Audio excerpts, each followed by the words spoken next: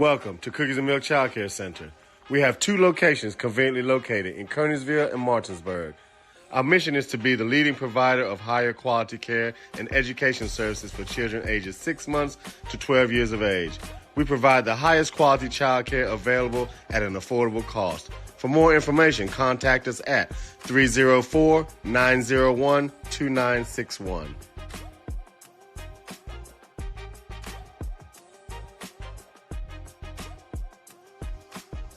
Looking to enhance the beauty of your outdoor space? Look no further than R&L Landscapes. We understand that your outdoor space is more than just a yard. It's a place where memories are made with loved ones and where you find peace and tranquility. Our team of professionals will work closely with you to bring your vision to life. From expert design and installation to meticulous maintenance, we are committed to delivering breathtaking results that will make your neighbors green with envy. With our state-of-the-art equipment, we guarantee exceptional craftsmanship that will withstand the test of time. Contact R&L Landscapes today and let us turn your dreams into reality. Smith Native Bush Insurance has served the Eastern Panhandle since 1869, a family-owned business with locations in Martinsburg on South Queen Street and Charlestown on South George Street. We are able to serve all your insurance needs. Being an independent agency, if we can't do it, nobody can. Call us today for affordable insurance.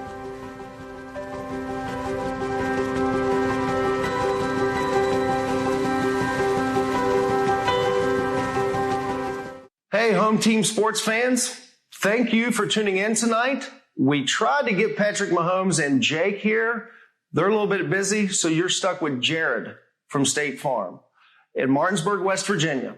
We are thrilled to partner with Home Team Sports to bring you area high school football this fall and to continue to support our area student athletes. Thanks for letting us be a part of this. Your needs guide us. Your goals drive us. Jared Ferguson, State Farm.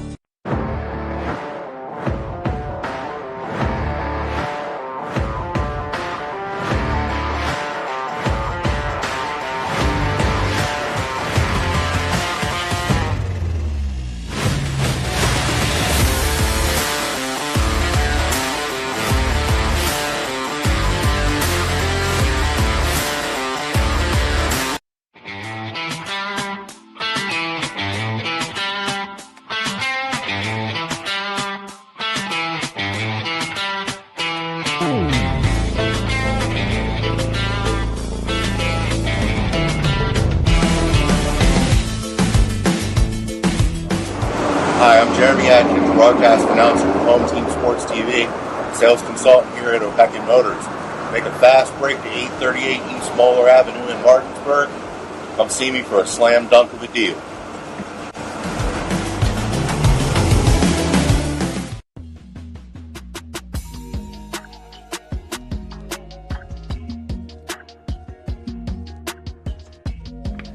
All right, Chloe, well, congratulations on your new policies. And just basically making sure all of your information looks okay.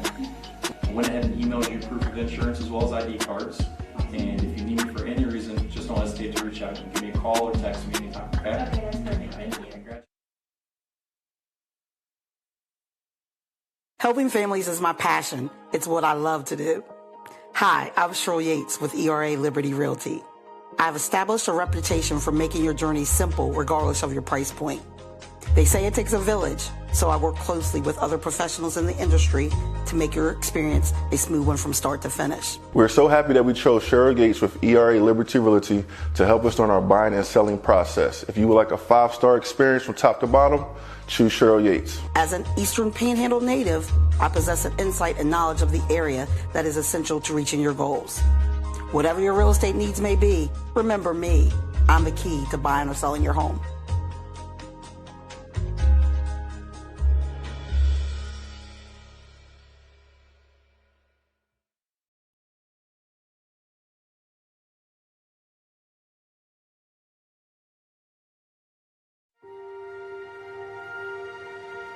Here at the barn, we have been making dreams come true since 1972, where we help women feel their most beautiful for any occasion, from pageant, homecoming, and prom gowns to walking down the aisle in the perfect wedding gown alongside their bridesmaid and their family.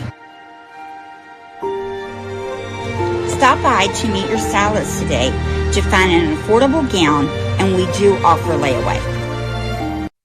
This is Jimmy, General Manager at Ameritech Tire and Auto, here to serve you with all your auto repair and service needs. We are a family-owned business serving our community since 2003. We work on all makes and models from vintage cars and trucks to collectors to today's latest, newest vehicles. So stop in and see us at one of our 2 locations. See you soon.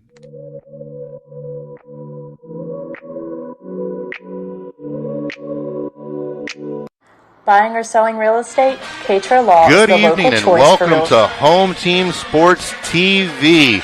This is Jeremy Adkins. I am joined by JD Fritz for this EPAC showdown between the visiting 3-2 Hedgesville Eagles and the homestanding 2-2 Jefferson Cougars. Big contest tonight. Both teams need to get a win to keep themselves positioned for playoff contention, JD. Yeah, Jefferson coming off that tough loss to Martinsburg last week. They're looking to definitely bounce back and get a little revenge against the Eagles tonight.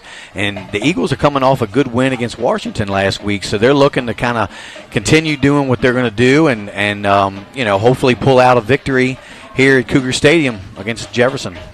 Yeah, last week we had Hedgesville, and it was an odd game to say the least. Harper was off in the first quarter. Things weren't clicking for the Eagles. And come Wednesday, and I'm listening to Coach Faircloth's interview. Turns out he got his contacts knocked out, and his parents had to go home and get him a set of replacement corrective lenses. So Hedgesville started firing on all cylinders in the second half. Unfortunately, they're going to be without Mr. Monte Martin tonight. He had to leave last week's game with an injury, and he'll be sitting out recuperating tonight. So we're going to see who's going to step up in his role. Yeah, not having Martin is a big loss for them. Luckily, I think he's only sustained a concussion last week. It looked a lot worse than what I think it ended up being. But all the prayers and well wishes definitely helped him out. So they'll have to find somebody to replace Martin. We're not sure who that's going to be yet tonight.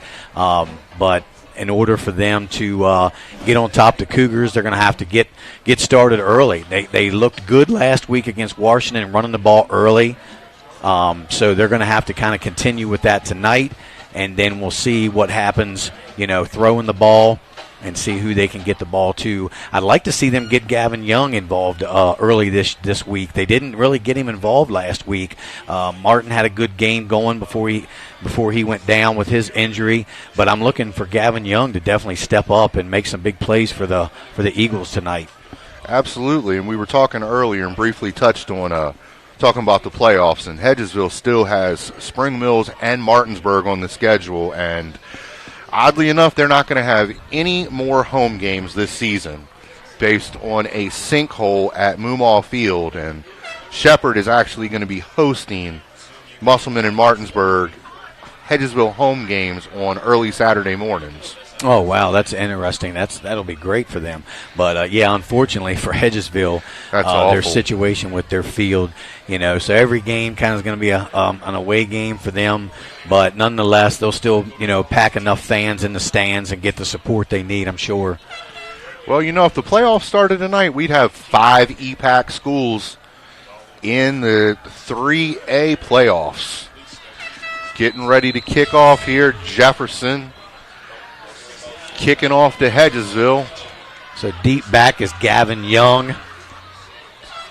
And Line Jazier drive Spruce. kick. The ball goes to Gavin Young. He picks it up. He's got a little bit of room, and he gets hit hard there at the 26-yard line. Big special teams play by the Cougars. So the Eagles will start there on their own 26, 1st and 10. So let's see what they're going to come out with. They had a breakout performance at running back from Jake Young last week. Yeah, got it going on the ground. He looks like he's out there as the starter this week. Last week it was Akai Bryant who impressed. He really did. He's a little, shiftier back. Didn't get as many carries in the second half, but Gavin Young was definitely their workhorse for them last week, and it looks like he's getting the start this week again.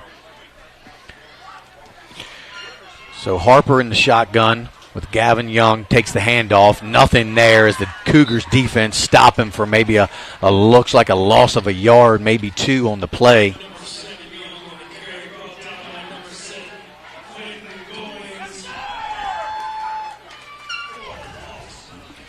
Quentin getting into the backfield, causing problems early. They got that going in the second half against Spring Valley and just took it to the Timberwolves.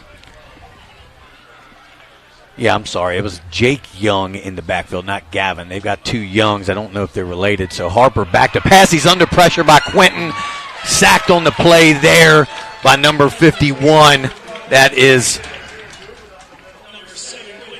Jared Wilberger. Yeah, Hedgesville had a lot of problems in the first half last week, letting Brock Meadows and Ofasawa get to Harper. Seemed to me appears that sometimes Harper rolls instead of stepping up into the pocket, and he's rolling into the edge rushers that are being pushed, banana to the outside. Yeah, well, tonight he's not going to want to do that again with Goins on one side and Wilberger on the other. They will get pressure all night long. Jared Wilberger's calling his name more and more each time we do the game. Swings it out. He's got a receiver open there who takes it up over the 25-yard line and gets some of that yardage back. But he's still going to be well short of a first down. So it'll bring up 4th and long for the Eagles. Keyshawn Robinson back in single safety. Let's see if, got a unique formation from Hedgesville. Something a little different coming this year, out. a little muddle huddle kind of formation they have. We will see if they're going to throw it here to the up back, number 38, or is he going to pooch punt it? Yeah, that's what he does. Got a piece of it, it looked like. Keeps it away from Keyshawn. Takes a little bounce and dies there, down by Aiden Fleming. Got some laundry on the field at a little wrap up at midfield with Faircloth and a Jefferson player. Let's see who the penalty is going to be on. The ball was down at the Jefferson 44, so we'll see which way this penalty will go. And while we got a little break in the action, I want to thank Big Mike's Grillin' for bringing us this game tonight.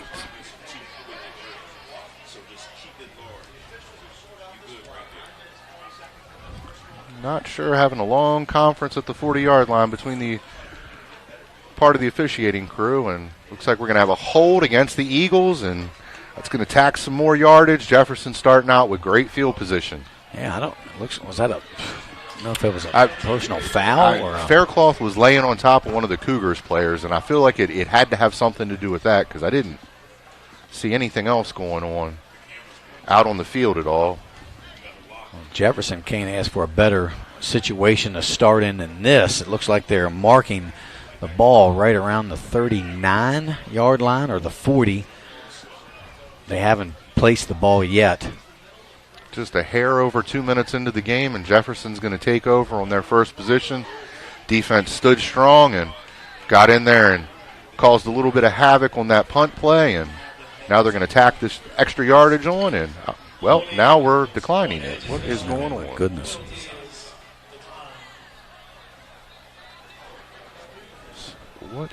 Well, it looks like they're bringing it back to the spot of where the ball was downed, I guess, which is the 44, the Cougars' 44-yard line, and that's where they will start.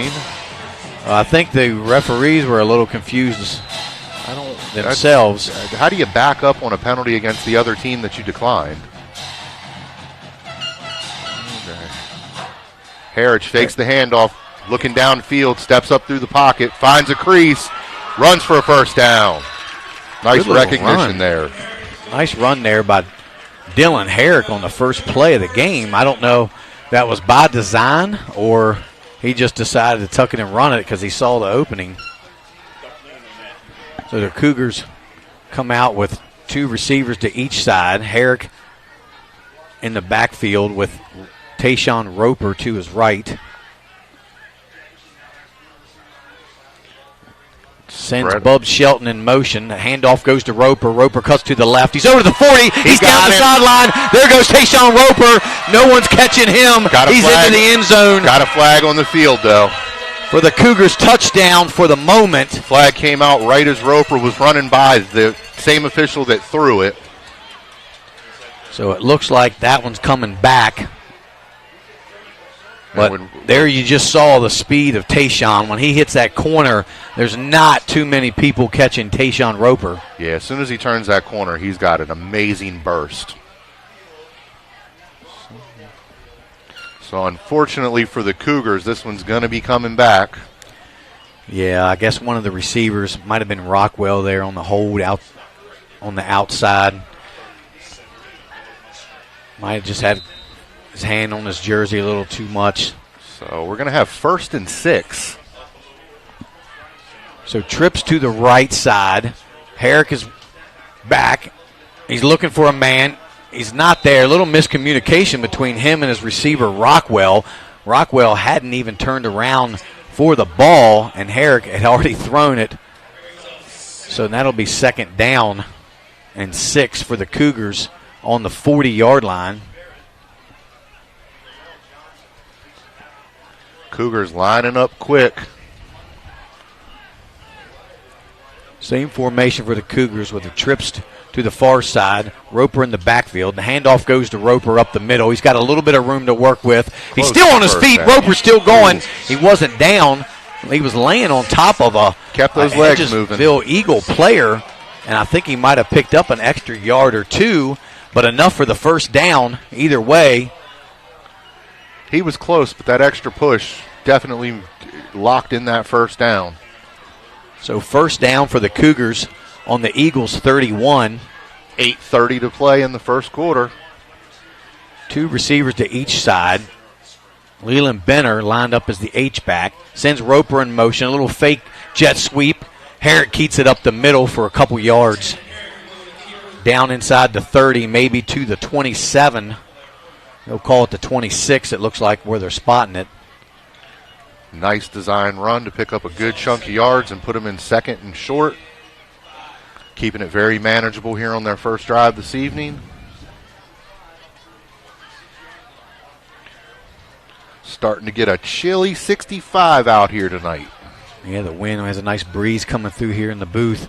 So Keyshawn Robinson in motion. Herrick takes a snap. He hands it off to Roper up the middle. Good run by Roper. Maybe picks up 3 yards on the play. Close to a Very 1st down. Very close. Levi Faircloth steps into the hole and absorbs the contact from Roper. So 3rd and less than a yard for the Cougars. Let's see what the Cougars offense is going to dial up here, and doesn't look like they're going to get up under center and try to sneak it.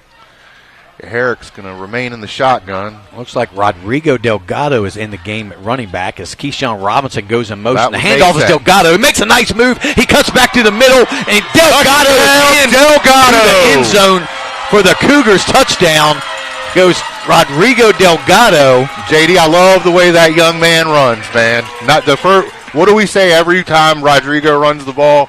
The first person never brings him down. And he's always falling forward. I love how Rodrigo runs. That was great. He was falling forward and regained his balance.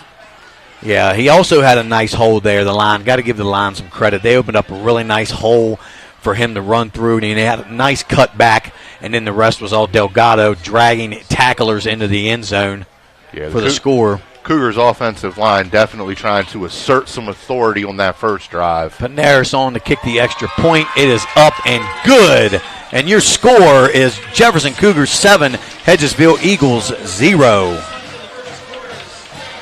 And like to thank our advertising partners who are helping us bring you this game tonight.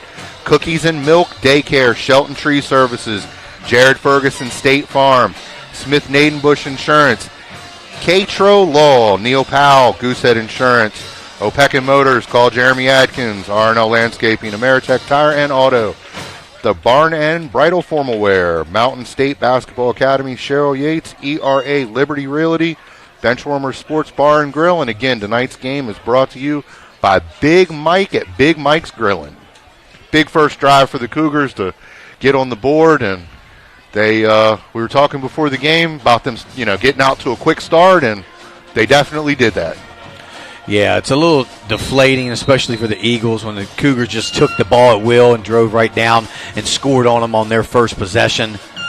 Well, Jefferson's defense stepped up big, got the Eagles off the field in just a hair over 2 minutes and got the offense great field position to start with. Kickoff goes to Gavin Young again. He comes to the near side. Nothing really there for Gavin Young. He gets out of the pocket. Look at Gavin Young. He's down the field. Gavin Young with a burst of speed over the 50-yard line. It looked like they had him stopped back inside the 30, and he broke loose and hit the sideline for a huge gain on that kickoff. Goes Gavin Young.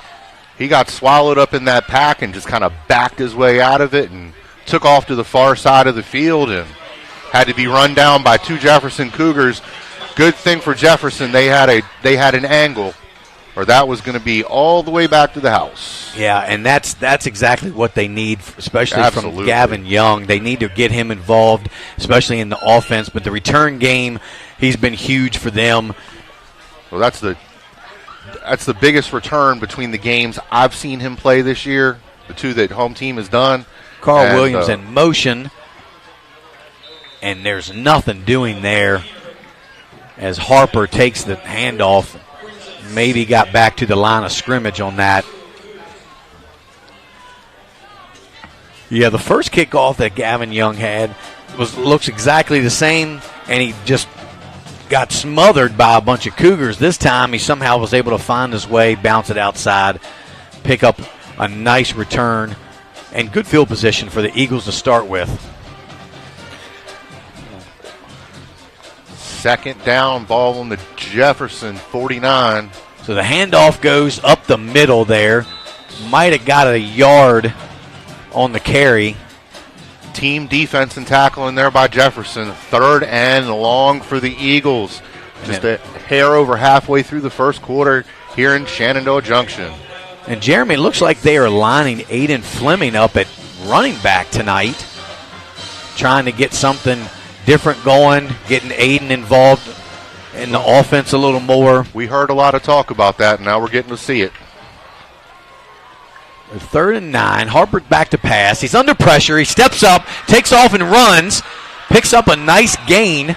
Good job by the Hedgesville offense to use Fleming as a decoy. He's cut down there, so it's going to bring up 4th and short. Had a lot of eyes on Fleming when he was leaking out the backfield, and that allowed Harper to take off with the ball. And it's like they're going to need about 2 yards to get the first down, and I'd be 99% positive Hedgesville and Coach Faircloth are going for it.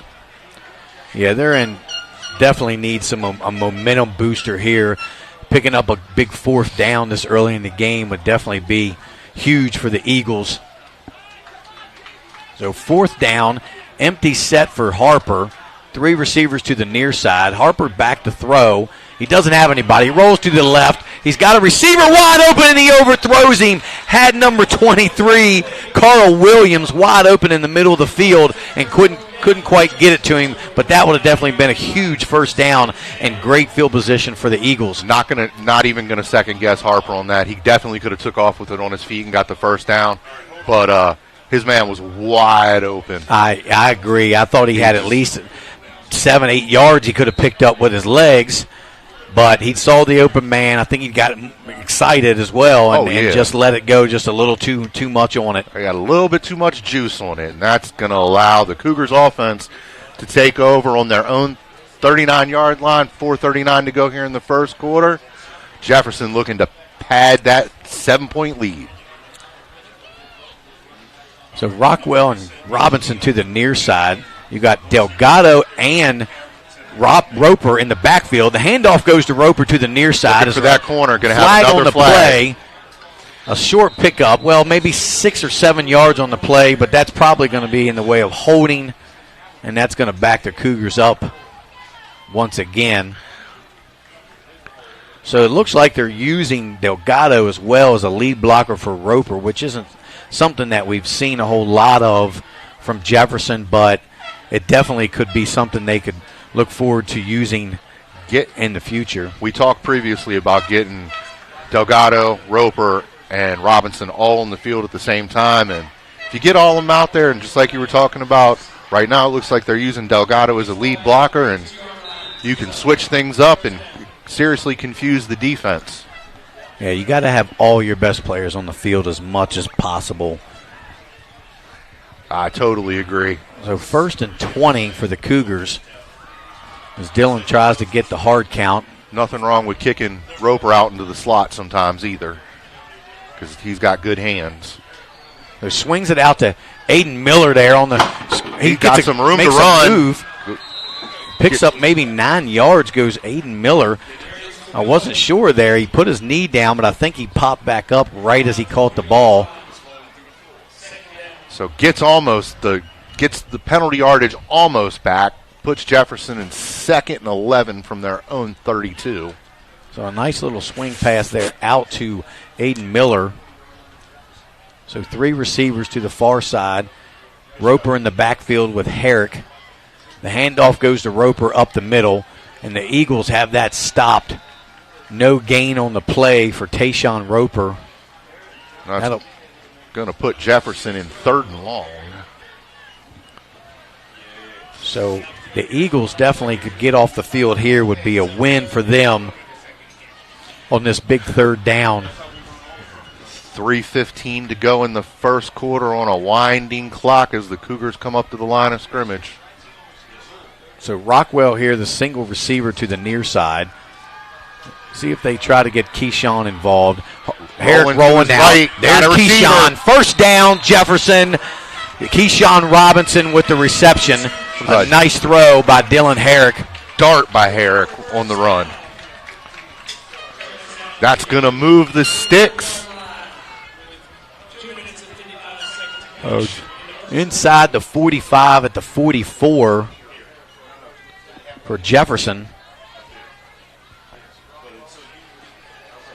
Leland Benner is in the game at H-back with Roper and Herrick in the backfield. Keyshawn Robinson in motion. The handoff goes to Tayshawn Roper up the middle. He gains about 4 yards on the play, close to the 40-yard line. Roper gets Jefferson in 2nd and manageable again. Yeah, I've already seen a few different things that I've seen the first couple games from Jefferson. I didn't watch all the Martinsburg game, but they definitely are progressing as an offense, and that's what you want to, see throughout the year. Put some different wrinkles, different formations as you move forward in the season. Robinson in motion again. The fake pitch to Robinson goes to Tayshawn Roper, but nothing doing for Roper there. Hedgesville had that one sniffed out. Looked like Aiden Fleming and Darrell Johnson teamed up on that tackle. Yeah, good defense by the Eagles on that play. They kind of gave him tried to trick him with the jet sweep to Robinson and handed it to Roper, and the Eagles were not fooled at all. No, the Eagles defense stayed home and didn't bite on that one. So another 3rd down for the Cougars as Rodrigo Delgado is in the backfield with Herrick. Jefferson trying to keep this drive going. Herrick back to pass. He's got a man. Leland Benner over the middle, just out in front of Leland just a little too much, and he can't quite bring in the pass. But he was open. Now, I'm not sure if that's a change they've made this week with Benner at that tight end H-back spot, because the first several weeks it was always Quentin Goings. But maybe they just wanted to give Goings a break on defense since he goes defense full time. I think we even saw Nolan Malib a little bit at that position against Spring Valley. So the Cougars face a 4th and 8, and it looks like they will go for it. They have 3 receivers to the near side. It looks like Coach Hunter is going to talk about it and calls a timeout. So didn't like what they saw, and going to come up with a better plan. Yeah, he knows it's equally as big of a fourth down for Hedgesville as it is for the Cougars, too. Because going up 2 scores here would definitely put the Eagles in a big hole in the first quarter of play.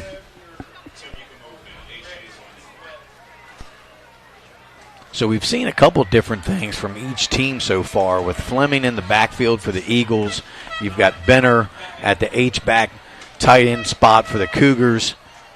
You've had Rodrigo lead blocking out of the backfield for Roper.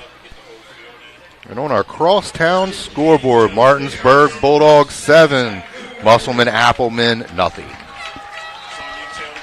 Bulldogs off to a quick start as usual. Got 4th and 8. Let's see what Coach Hunter and his offense are going to dial up here.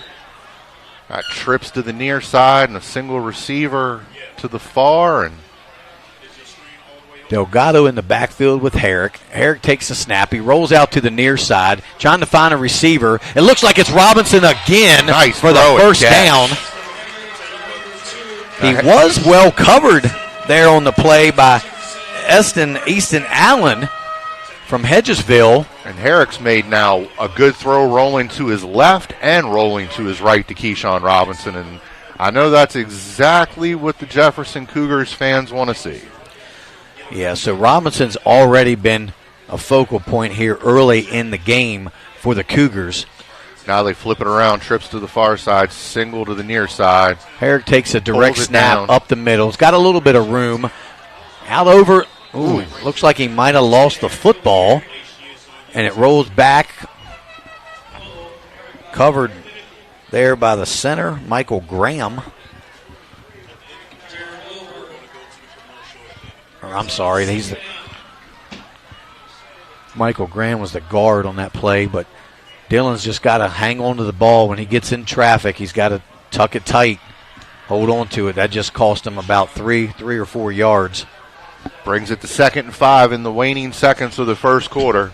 Looks like this will probably be our last play of the quarter. So Herrick takes a snap again, direct up the middle, faked it to Delgado, picked up a couple. That's going to bring up 3rd down and short. And that's going to bring us to the end of the first quarter from Shenandoah Junction. Jefferson 7, Hedgesville nothing. We'll be back. They're going to flip sides. Here's a word from our sponsors.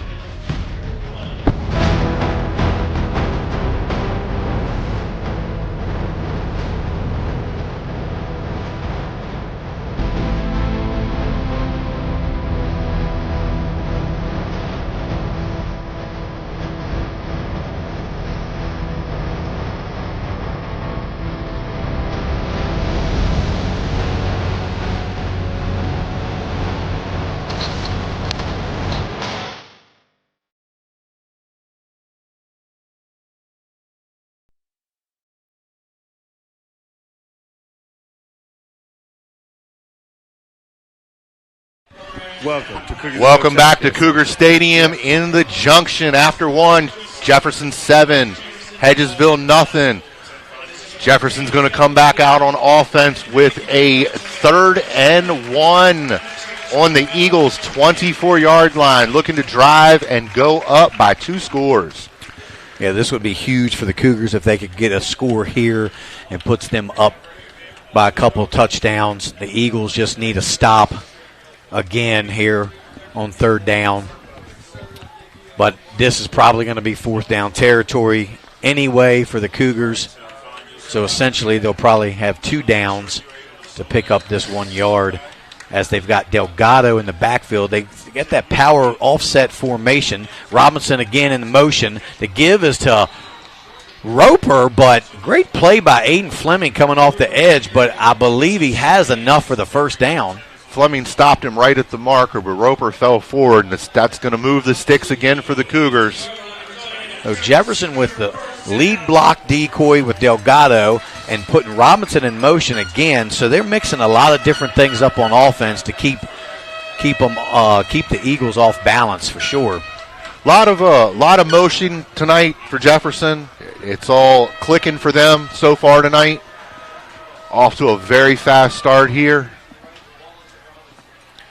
So it looks like they're playing man-to-man to Robinson with a safety over top. The give is till Delgado. Picks up maybe a couple on the play down to the 15, call it the 16-yard line. So bring up 2nd and 8 for the Cougars.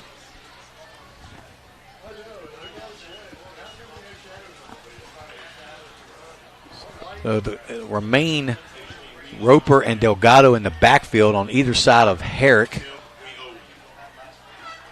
with Demarius Wallace as the receiver. The handoff goes to Roper. Delgado leads the way. Roper's trying to find a seam, and he picks up, looks like another first down inside the 10, down to maybe the 7-yard line. It's like he snuck right through there to get just enough for the first down. It looks like he was going to be stopped short, and he just kind of put his head down and kind of dove forward for an extra couple yards.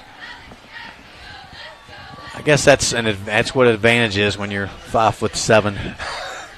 Hey, now 5'8". Basketball measurements, JD. So Robinson and Wallace here to the near side as Roper is the lone setback with Herrick. 7 to go to the goal line for the Cougars. To Roper. He makes a man miss, but not the second guy. Faircloth, big penetration to blow the play up. He didn't make the tackle, but he definitely made it possible for his teammate to get in there. That was number 34, 2024, Jacob Kerr. We're going to try to make sure we get these numbers right this way. It's like Darrell Johnson ran off the field for the Eagles down there around the 20-yard line talking with the coach. Somebody must have told Hedgesville we couldn't see their numbers last week because they have white jerseys with blue numbers this week. Instead of white and yellow? Yeah. So Herrick back to pass. He's under a little pressure. He's rolling out to the left. Just a shoestring tackle there to keep Dillon from going into the end zone. Got it just inside the 5, it looks like. They're going to spot him at the 5. 9 to go in the first. So another third down here for the Cougars.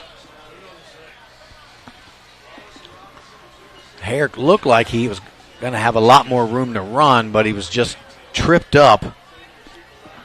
Looked like he was headed toward the end zone there, but definitely, like you said, a shoestring tackle gives the Eagles another grasp at trying to keep him out the end zone. Herrick back to pass. He pump fakes. He's got a man in the end zone. Jackson Rockwell for the Cougars touchdown.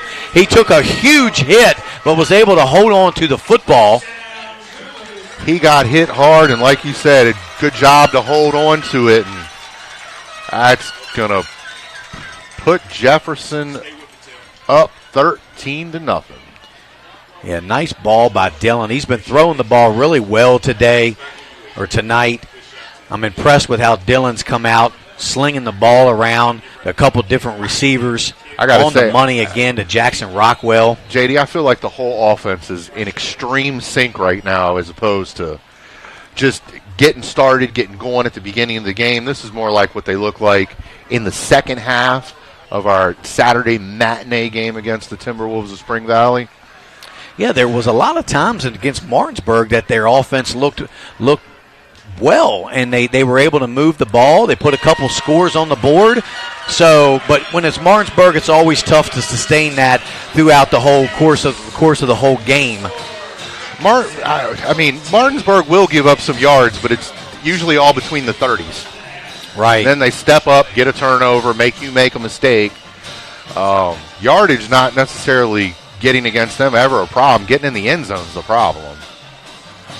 But Jefferson out to a 14-0 lead at home. Got a packed crowd tonight. Had a Jefferson County Youth Football League and five-time area champion Wildwood Mustangs from middle school out here tonight. So still got a lot of parents in the stands. Student section's full. Hedgesville looks like they've traveled pretty well. They got their band, and their section is probably about three-quarters full. So yeah, big crowd tonight. Yeah, I mean, it's an EPAC game, so a lot of these EPAC games, the crowds are going to be good on both sides. So deep for the Eagles is number 2, Gavin Young, and number 12, Jazir Spruce. As Panaris tees it up for the Cougars.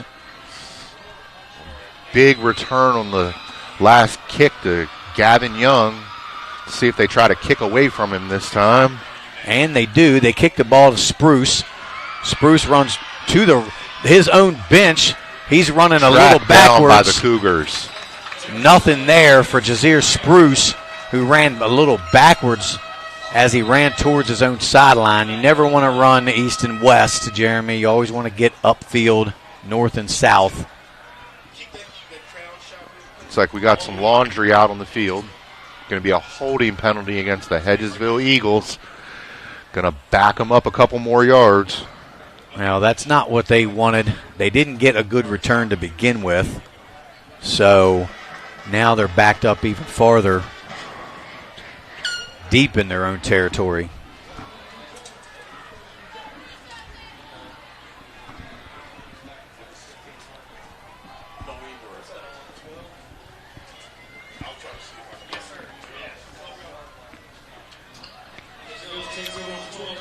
So Hedgesville comes out with trips here to the near side as Dalton Harper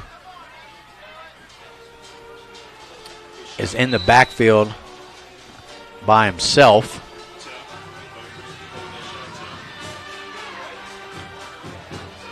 Big drive for Hedgesville. They got to get something looks going. like he was going to swing it out. He's under a lot of pressure, and Brought Harper down goes in the down. backfield.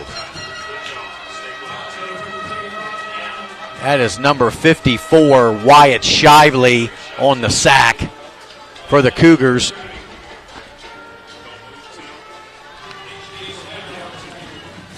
So I don't know. It looked like he was going to swing it out here to the near side and just didn't have a receiver, or he just was second-guessing himself on the throw. 2nd and 15, Hedgesville deep in their own territory. The whistles blow. Hedgesville was in the same formation. It looked like it was going to be a direct snap to Dalton. We'll see with the penalty. Offsides on the Cougars, so they will get that yardage back +1. So that'll bring up 2nd and 9 for the Eagles on their own 13-yard line. Might be the break Hedgesville needs. Gets them a little bit of breathing room, not backed up against their own goal line anymore. So empty backfield still for Harper. Harper takes a direct snap up the middle. He's got maybe 4 yards on the play, close to the 20, maybe out to the 18-yard line. Design run, going to be about 3rd and maybe 4 or 5. I just wonder with the direct snaps and the runs with Harper that they're, trying to just keep the score low. I don't know that they don't seem that they have too big of an urgency to get, the ball down the field. Of course, with Martin out, their deep threat, that might be kind of hard to do.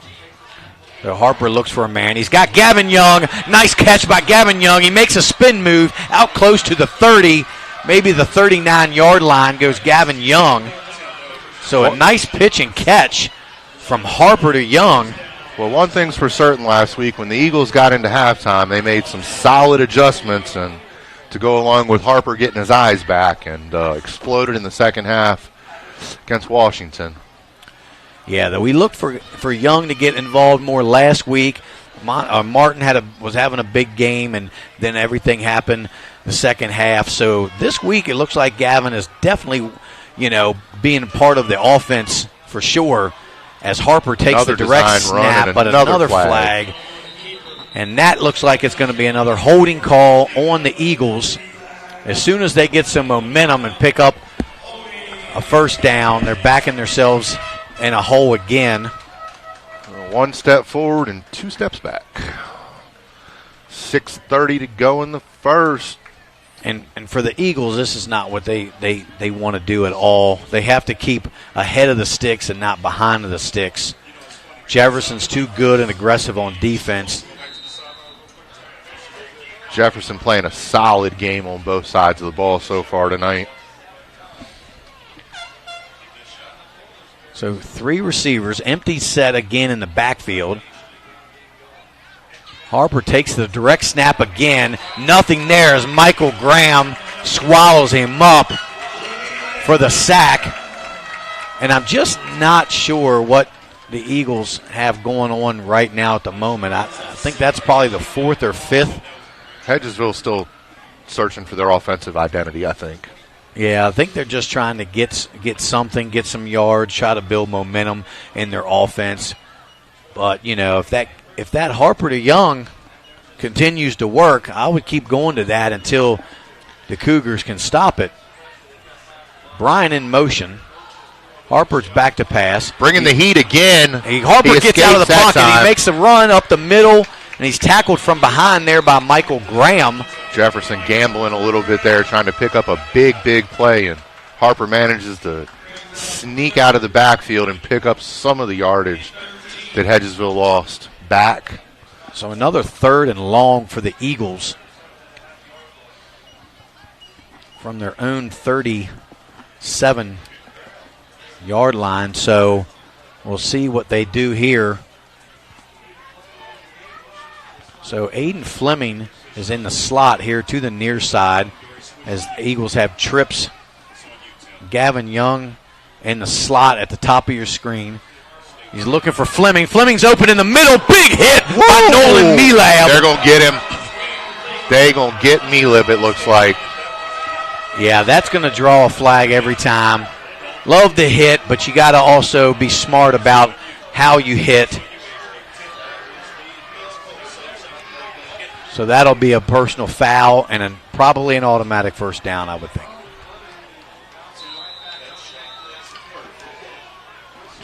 But the crowd loves it. The players love it. But the official said you can't do that.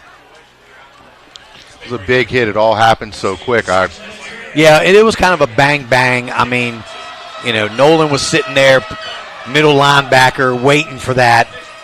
I don't know. I don't feel like he went head hunting. I feel like it just kind of happened. I mean, and I don't think he was either. I think he hit him with a shoulder pad. And if the offensive player runs into you, they can still call the penalty against you. Nonetheless, it is a penalty on Jefferson. Yeah, because it falls under that defenseless receiver category. Yes.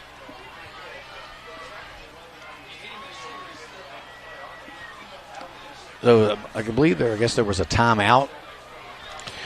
Well, while we have a timeout, I would like to thank our 2023 HTS sponsors for helping us bring you these awesome games. Cookies and Milk Daycare, Shelton Tree Services, Jared Ferguson State Farm, Smith Nadenbush, Catro Law, Neil Powell Goosehead Insurance, O'Peck Motors, call Jeremy Adkins.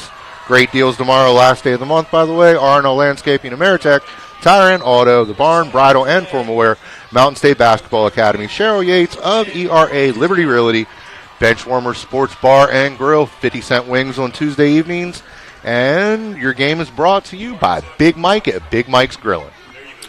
Well, that was pretty quick, Jeremy. Pretty quick. Good job. 34 seconds. So 1st and 10 here for the Eagles on the Cougars 45. Still an empty set. Hedgesville trying to put together. Dalton Harper, as they have 4 receivers to the top.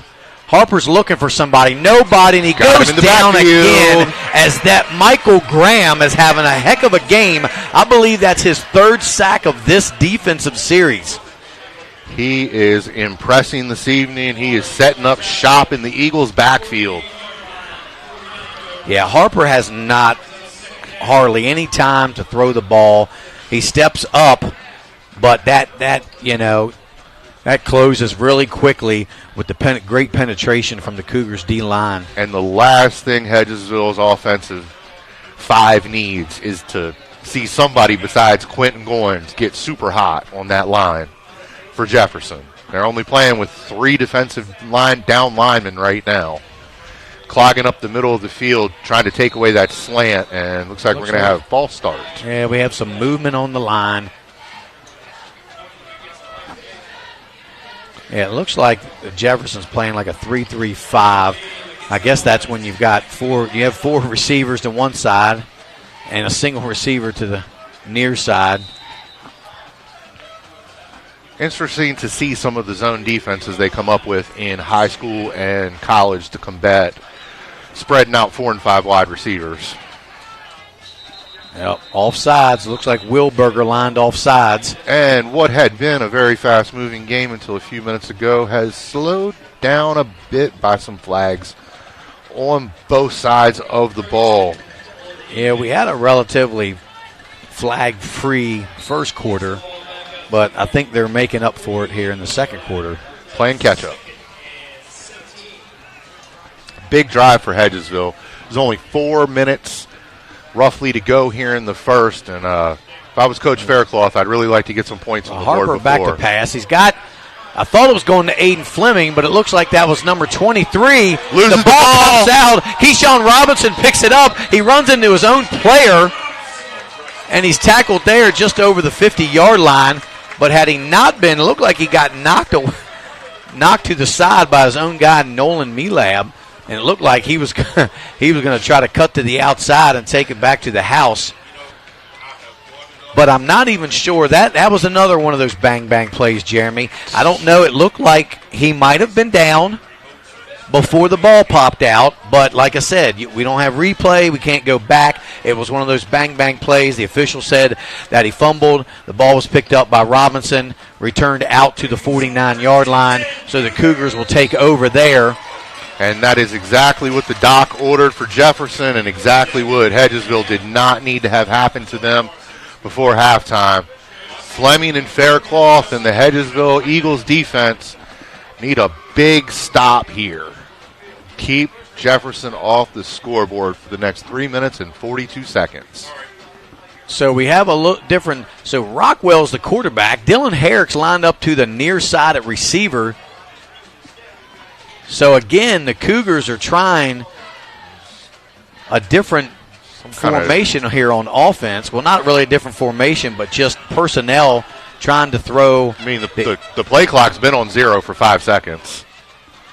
I don't know if they're going to throw a flag or if the Cougars called timeout, but the officials stopped play.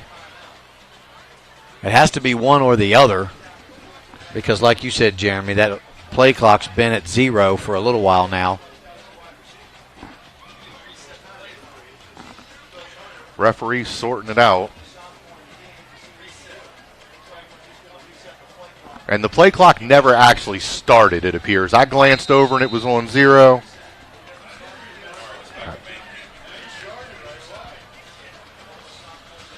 So it looks like Rockwell out here swings it out. Kind of had a feeling that's what was going to happen. Somebody better be careful. We've had some lateral. In and out of the hands of Dylan Herrick I don't know really what they're trying to do there. It was quite a long throw because Herrick was way close to the edge of the sideline, outside the numbers it looked like. I'm pretty positive they were trying to throw it to Herrick, and immediately he was going to spin around and launch it down the field. Yeah, sometimes those trick plays, you overthink it, and you just trick yourself. They don't work out the way you want it, but they stick with the formation with Herrick here to the near side with Robinson in the slot. Play clock's running Rockwell down to 10. In the backfield with Roper. He swings it out there to Aiden Miller. Aiden Miller makes a nice move and picks up maybe 2 or 3 yards on the play.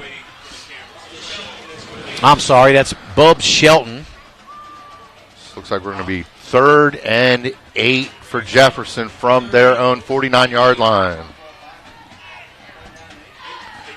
So 3 receivers to the near side as Dylan Herrick stays as the wideout for the Cougars.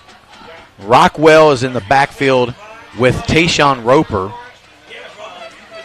So the Rockwell experiment at QB the last couple plays. So Rockwell steps up. He's looking. He's got to take off and run. Rockwell's got some room to run. He's down inside the 30-yard line to maybe the 27. Goes Jackson Rockwell. Got out there and got them wheels running, and you can see why he sees a lot of snaps out at wide receiver. Yeah, Jackson Rockwell has been the backup quarterback to Herrick all year. And, now they're giving him a little opportunity. He can use his feet, get out, maybe use Herrick as a decoy, maybe a little trick play, throwing the ball out to him. So Rockwell hands off to Roper. Roper comes to the near side. He makes a cut. He's inside the 10. Touchdown, Cougars. And Hedgesville Jefferson going for it. Trying to put Hedgesville away early, heading into halftime. Yeah, Roper took the handoff, bounced to the outside, planted that outside foot, and cut up straight up the field. I knew he was going in for 6. I was going to say, I want to apologize since I said touchdown at the 10-yard line, but from my vantage point, staring out the corner of the press box, there was no way anybody was tackling him. Yeah, when Roper sees daylight, it's pretty much lights out. And they called it back. Wow. I didn't even see a flag. I didn't see the flag either. We're too caught up in the play and the touchdown, talking about that, and we're not paying attention to the officials who seem to really want to throw the flags. Well, that's going to be offsides there on Aiden Fleming. I guess once he realized he was offsides, he figured he might as well go ahead and keep running. So the Cougars will get 5 yards of that back, and it'll be 1st and 9 for the Cougars from the 31-yard line.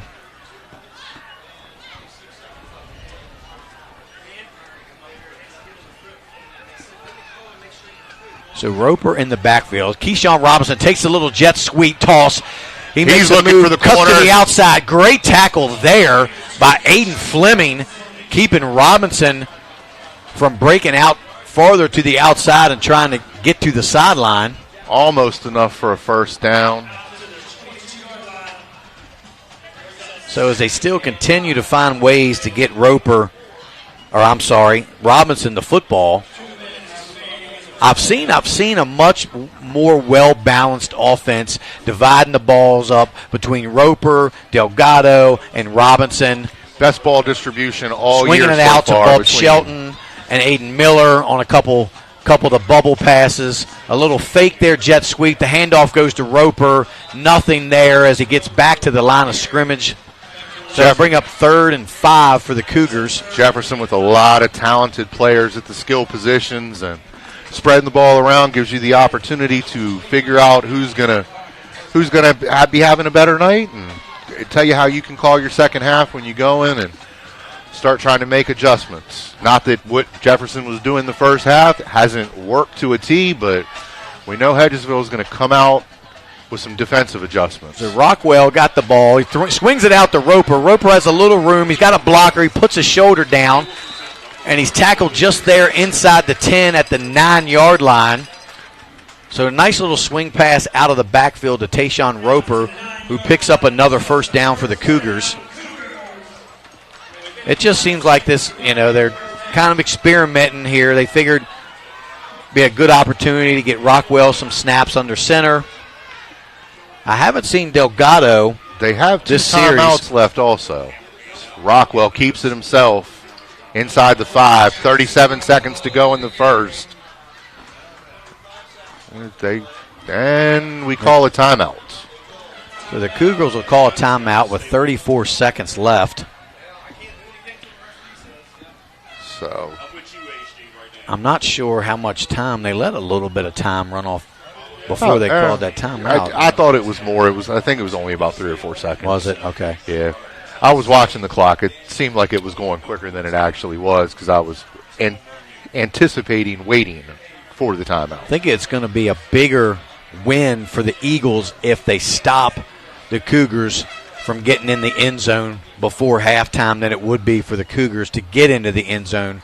To go up 3 scores or to be down 3 scores for the Eagles is huge. Hedgesville needs that momentum going into halftime to keep that energy level high. They absolutely need a stop. I mean, I understand we're only in the first quarter and we're only 5 games for Hedgesville into the season, but they got a rough go of it. They need to get things going. And so 2nd and goal for the Cougars from the 4-yard line. As Dylan Herrick is still at receiver. The handoff goes to Roper. Roper powers his way down inside the 1-yard line.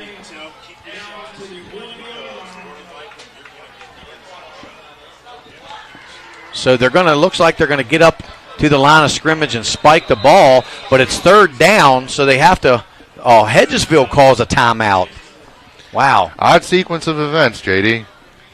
I'm not sure why the Eagles would try to call a timeout. Not a clue unless somebody saw a serious issue. I feel like Jefferson was saving their last time out for if they ran the ball and got stopped so they could stop the clock one more time. Well, and the thing is, they'd have to be careful of that. You spike the ball on third down, and now all of a sudden you're fourth down, and it's one play. And it's completely pointless, and you just overthought what you were doing. Because it's fourth and goal. You can't pick up a first down. No. Unless it was unless they were going to fake the spike and do something kind of like Dan Marino did years ago. Remember that? You got a whole lot of overthinking going on with what just happened, I think. I probably would have called a timeout if I was Jefferson, but Hedgesville did it for him. There's 20 seconds to go in the first half. So now Jefferson still with third down and a timeout still in their pocket. So here's Delgado in the backfield with Rockwell and Tayshawn Roper directly behind him. The give is to Roper. Touchdown, He's in Cougars. The end zone for the Cougars touchdown. So, yeah, they just had Delgado in as the lead blocker, and he just bust through there, and Roper dove in for the touchdown. Just follow the hole. To put Jefferson up now 20-0 with the extra point pending. So Tayshawn with 2 touchdown runs here tonight. Big first half for Jefferson. We talked about them getting off to a quick start, and they've gotten off to a quick start. Check that box. Gotten Keyshawn Robinson involved. Check that box. And got both their running backs, Roper and Delgado, involved. Yeah, they're definitely doing a really good job tonight, spreading the ball around on offense, giving equal reps to all their skilled players, and that's what you want to see. I mean, I like the wrinkle, as you said, possibly experimenting with Rockwell at quarterback at the end of the first, getting him some snaps against a good Hedgesville defense, and he manages to lead his team down the field to a touchdown. And Jefferson is going to kick the extra point and have a 21-point lead if it's good. So the snap is down, the kick is up, and it's good for Jonathan Paneros to put the Cougars up 21-0 with 17 seconds left to go in the half.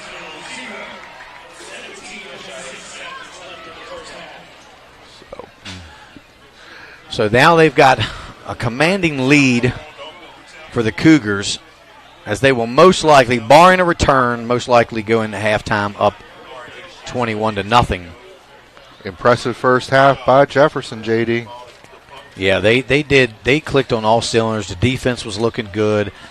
Offenses looked really good so far from what we've seen. And I do like the mixture of Rockwell. I got to give it to Rockwell. He pretty much handled it that whole series. He looked really good. Throwing the ball, running the ball a little bit, picking up a first down when they needed it. Well, he's definitely fleet of foot when he gets out of the pocket. Yeah, Rockwell can definitely use his legs to his advantage for sure. Not sure if it's the pads he's wearing, but he looks a little bit smaller than Herrick and slightly shiftier, maybe a little bit more swivel on the hips. So Paneris is on to kick it deep. A little pooch kick there. Nice. It kind of right just into falls the dead down area. The middle. Picked up by Spruce. Spruce is looking for somewhere to go. He has nowhere. He's tackled there at about the 29-yard line. Excellent kick 13 seconds to go in the half. Into the dead space. Didn't give Hedgesville much of an opportunity to get a return, set up a return. Perfect kickoff by Paneros. Absolutely. So let's see what Hedgesville is going to do with 13 seconds to go. And I believe Jefferson gets the ball coming out half. Absolutely, as well. they do, JD. So that's a huge score. I talk about that all the time, scoring and then getting the ball right back when you come out of the tunnel. Big thing is to just not over-relax and let one of Hedgesville's receivers maybe get behind them. Yeah, I would and pick drop up a couple safeties back just to be cautious, but it looks like they're going to put some pressure on Harper, which they do again, and he gets out of it this time, but not the second time as he's second sacked. effort gets him. And that'll probably do it for your first half of play, where your Jefferson Cougars are up over the Hedgesville Eagles 21-0. And we are going to go to break here and hear some words from our sponsors. And when we come back, we'll have our Catro Law halftime show and the Jefferson Cougars band. Welcome to Cookies and Milk Child Care Center. We have 2 locations conveniently located in Kernersville and Martinsburg. Our mission is to be the leading provider of higher quality care and education services for children ages 6 months to 12 years of age. We provide the highest quality child care available at an affordable cost. For more information, contact us at 304-901-2961.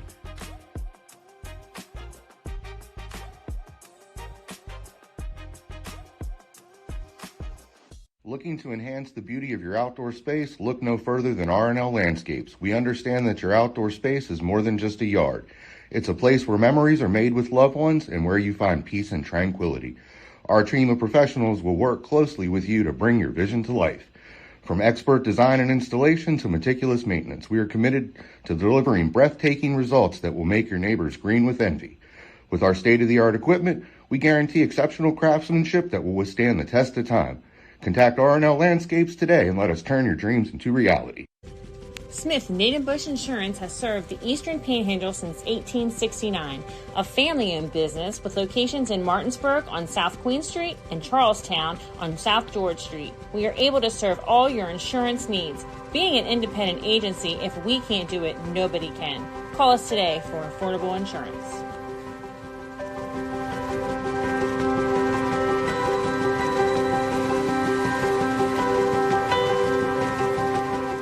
Hey, home team sports fans. Thank you for tuning in tonight. We tried to get Patrick Mahomes and Jake here. They're a little bit busy, so you're stuck with Jared from State Farm in Martinsburg, West Virginia. We are thrilled to partner with Home Team Sports to bring you area high school football this fall and to continue to support our area student athletes. Thanks for letting us be a part of this. Your needs guide us. Your goals drive us. Jared Ferguson, State Farm.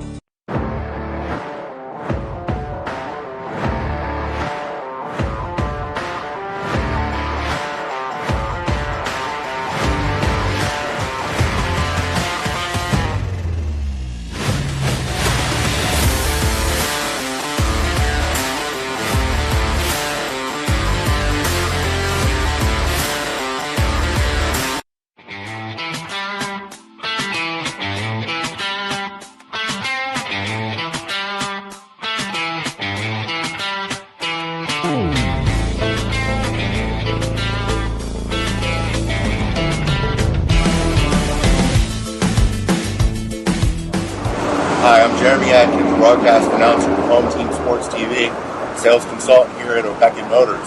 Make a fast break to 838 East Moeller Avenue in Martinsburg.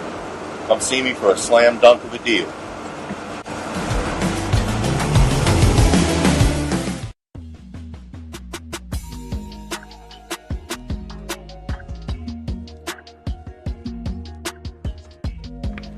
All right, Chloe, well, congratulations on your new policies. And just basically making sure all of your information looks okay.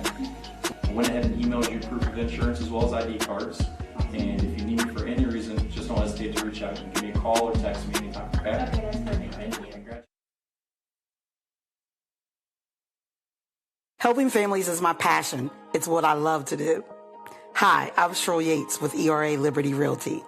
I've established a reputation for making your journey simple regardless of your price point. They say it takes a village, so I work closely with other professionals in the industry to make your experience a smooth one from start to finish. We're so happy that we chose Cheryl Gates with ERA Liberty Realty to help us during our buying and selling process. If you would like a 5-star experience from top to bottom, choose Cheryl Yates. As an Eastern Panhandle native, I possess an insight and knowledge of the area that is essential to reaching your goals. Whatever your real estate needs may be, remember me. I'm the key to buying or selling your home.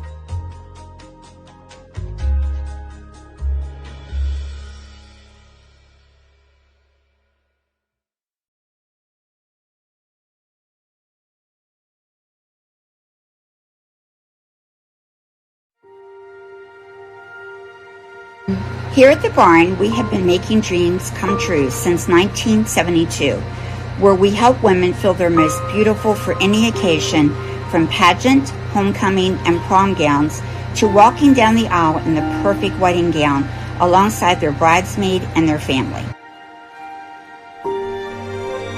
Stop by to meet your stylist today to find an affordable gown, and we do offer layaway. This is Jimmy, General Manager at Ameritech Tire and Auto, here to serve you with all your auto repair and service needs. We are a family-owned business serving our community since 2003. We work on all makes and models, from vintage cars and trucks to collectors to today's latest, newest vehicles. So stop in and see us at one of our 2 locations. See you soon.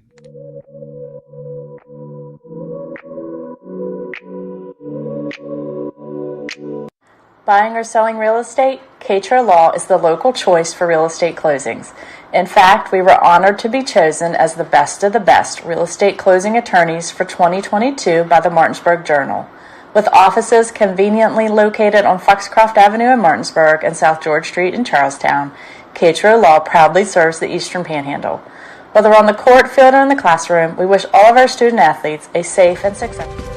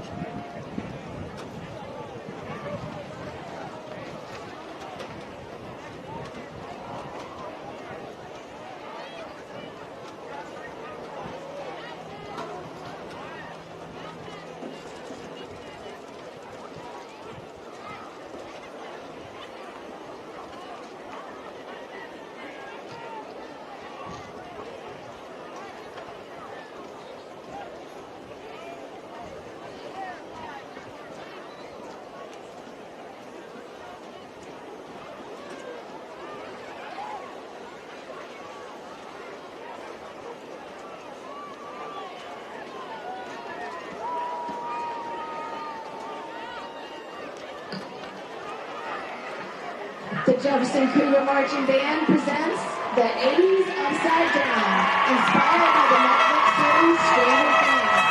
Arranged exclusively for the JJ's Band by Steve Martin, Nick Gilroy, and Aaron Hines. Drill design by Terry Williams. Led by drum major Galen Anderson, assistant drum majors Atlas Batista and Molly Lassen. Director of Bands, J.P. Lynch. Assistant Director of Bands, Larissa Elliott. Assistant Director, Hannah Myers. Color guard instructors, Michelle Brannon, Tabitha Foreman-Combs, and Anna Lynch.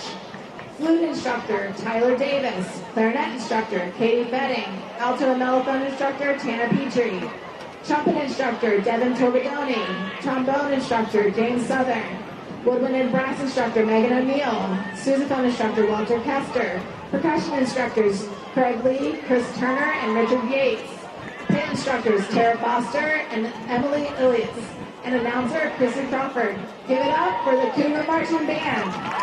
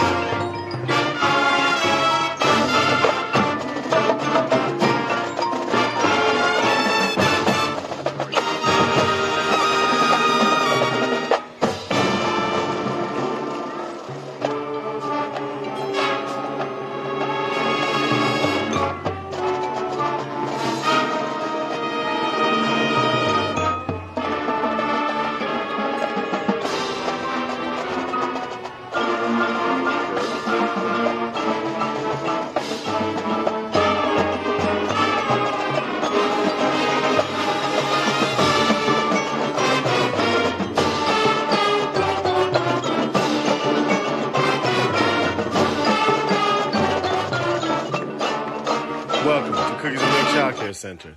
We have two locations conveniently located in Kernersville and Martinsburg. Our mission is to be the leading provider of higher quality care and education services for children ages 6 months to 12 years of age.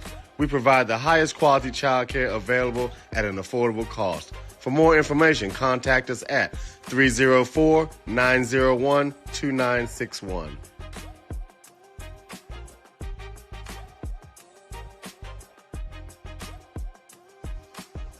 Looking to enhance the beauty of your outdoor space? Look no further than R&L Landscapes. We understand that your outdoor space is more than just a yard. It's a place where memories are made with loved ones and where you find peace and tranquility. Our team of professionals will work closely with you to bring your vision to life.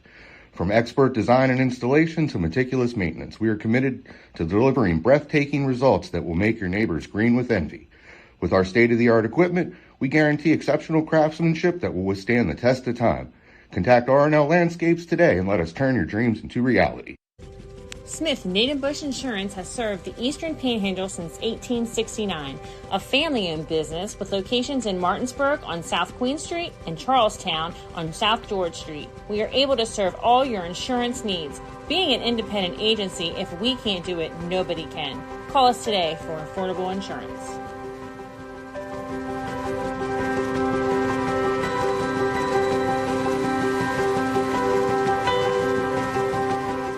Hey, home team sports fans. Thank you for tuning in tonight. We tried to get Patrick Mahomes and Jake here. They're a little bit busy, so you're stuck with Jared from State Farm in Martinsburg, West Virginia. We are thrilled to partner with Home Team Sports to bring you area high school football this fall and to continue to support our area student athletes. Thanks for letting us be a part of this. Your needs guide us.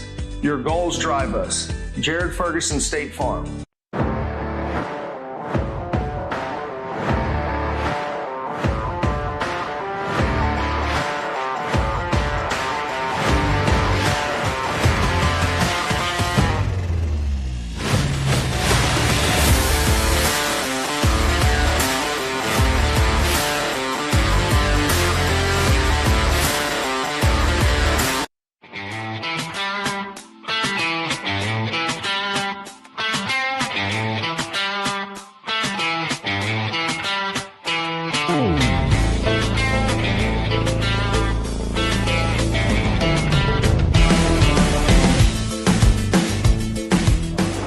Hi, I'm Jeremy Atkins, broadcast announcer for Home Team Sports TV, sales consultant here at Opecki Motors.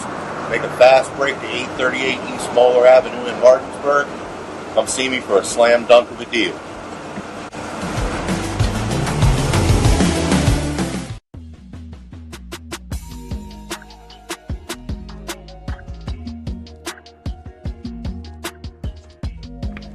All right, Chloe, well, congratulations on your new policies. And just basically making sure all of your information looks okay.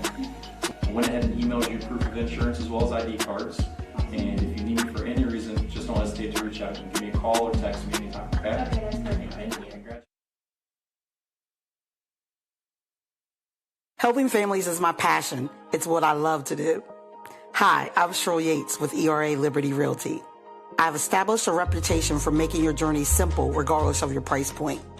They say it takes a village, so I work closely with other professionals in the industry to make your experience a smooth one from start to finish. We're so happy that we chose Cheryl Gates with ERA Liberty Realty to help us on our buying and selling process. If you would like a 5-star experience from top to bottom, choose Cheryl Yates. As an Eastern Panhandle native, I possess an insight and knowledge of the area that is essential to reaching your goals. Whatever your real estate needs may be, remember me. I'm the key to buying or selling your home.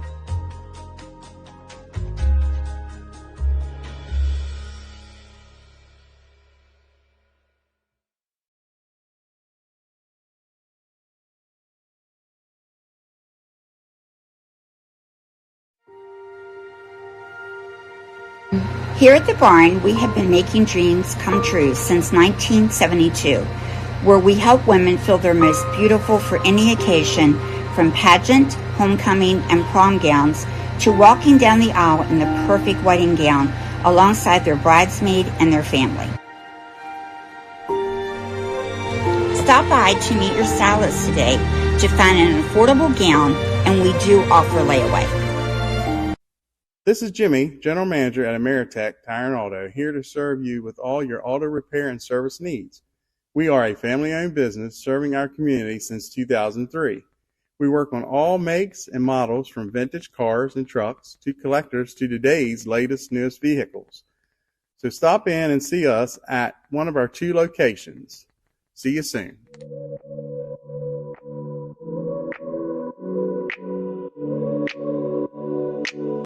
Buying or selling real estate? Katra Law is the local choice for real estate closings. In fact, we were honored to be chosen as the best of the best real estate closing attorneys for 2022 by the Martinsburg Journal.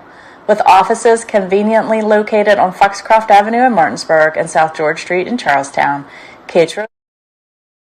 Back to Shenandoah Junction, Jefferson 21, Hedgesville nothing. Hedgesville kind of exerted their will. Jefferson kind of exerted their will and did what they wanted to do against Hedgesville. Hedgesville's going to have to make some big adjustments in the second half. Got a 21-point deficit to make up. Yeah, it doesn't get easier for Hedgesville as Jefferson will come out and get the ball first to start the second half. They just have to regroup. I mean, they did a lot of good things. On offense, Hedgesville did, but just not enough to really move the ball and sustain first downs. I mean, they looked good early on in the game, and then they got Jefferson in some third and long situations. Got some surprising scores going on around AAA in the state of West Virginia. Martinsburg's at halftime, 7-0 over Musselman. Musselman hanging in there. Second season in a row they've given the Bulldogs a tough time in the first quarter. This one's a big shocker to me. Unranked Wheeling Park, 6. Number 1 Morgantown, nothing. Wow. Cabell Midland 43, Capital nothing. Huntington 35, Riverside nothing. Princeton 48, Greenbrier East nothing. GW with the 6-3 lead over Parkersburg. Spring Mills 33, Washington nothing. Wow. Big offensive output for Spring Mills, and I guess the trust the process and everything they decided to do when the junior Max Anderson was a freshman is all coming to fruition, and coaching changes nonetheless and not stopping them. They're ranked 7 in the state, the highest ranked EPAC team, and those are points ratings, so they're kind of going to be slightly skewed towards the end of the season. I don't think Morgantown's the true number 1, so I don't. Said that, I was like, well, they all got to wait. It all works. Everybody gets bent out of shape with these points, rankings and stuff. Like, man, Martinsburg, and so we just got to relax. And in the next several weeks, everything will work itself out. And you got 3 teams that are up there at the top. Anybody could rank them any way they feel like ranking them. I'm old school. Huntington's number 1 until somebody beats Huntington. Right. Just like I used to get salty in years past when I lived in Berkeley County about Martinsburg not being number 1 based on people's opinion and not being able to get games. I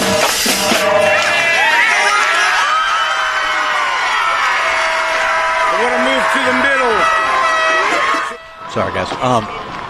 I think a lot of people in Berkeley County are just always used to Martinsburg being in that number 1 spot, and when they're not, they get a little bit out of shape. But, like I said, it'll all work itself out here in the next few weeks as we move in towards the latter part of our season. The Cougars will receive the opening second half kickoff. Back deep for the Cougars, you have number 6, Tayshawn Roper, number 2, Keyshawn Robinson, and number 4, Jackson Rockwell. See what kind of halftime adjustments Hedgesville made last week. Made some good ones and came out and lit the scoreboard up in the third quarter and got the Washington Patriots on their heels and managed to stroll out of Charlestown with a big win to bump their record to 3-2. Yeah, it's like a night and day difference between the first half performance and the second half performance last week. If they can do that here again this week, try to get themselves back in the game. And Jefferson will probably just continue to try to do what they've been doing, pressuring on defense and just bringing a lot of heat up the middle. Harper hasn't had very much time at all to throw the ball, and honestly he hasn't, because he's been sacked probably 7 or 8 times in the first half. I'm a big fan of the way the Cougars offense has operated in the first half tonight. A little bit different dynamic than before. We're able to get Robinson the ball, and when they were able to get him the ball, that's going to make it easier for Roper and Delgado. Herrick, Rockwell, when they're running the ball to pick up yards. So Spruce with the onside kick, and it's muffed there by the Cougars, but it looks like they might have gotten it back. Matt Faircloth tries to pull the old Dave Walker. Yeah, I believe they tried that with maybe success as well last week against Washington. Yeah, it worked last week. So, for Jefferson, you just have to be, more heads up. Got to be mindful expecting of that. Those kind of things. Looked like they were expecting it. The Berg does that all the time. So they played Martinsburg last week, and you would have thought they would have knew it was coming. So it looks like we're back to our normal formation with Dylan Herrick at quarterback. Well, we got Delgado starting in the backfield with Herrick as Herrick tries to get the Eagles to jump off. Play clock's down to 4. Herrick gets the snap, hands it to Delgado. He makes a nice move up the middle for maybe a gain of 3 yards on the play as he pushes his way past midfield down to about the 48-yard line of the Eagles. And I'd be remiss if Jefferson started in excellent field position every time they've had the ball tonight. Ended up picking up 4, 2nd and 6. So Delgado stays in at running back. It looks like it's a direct snap to Dylan, and he gets a couple more yards on the play. It looks like he was tripped up there. A little shoestring tackle. Get him in 3rd and manageable. So 3rd and maybe 5 yards for the Cougars.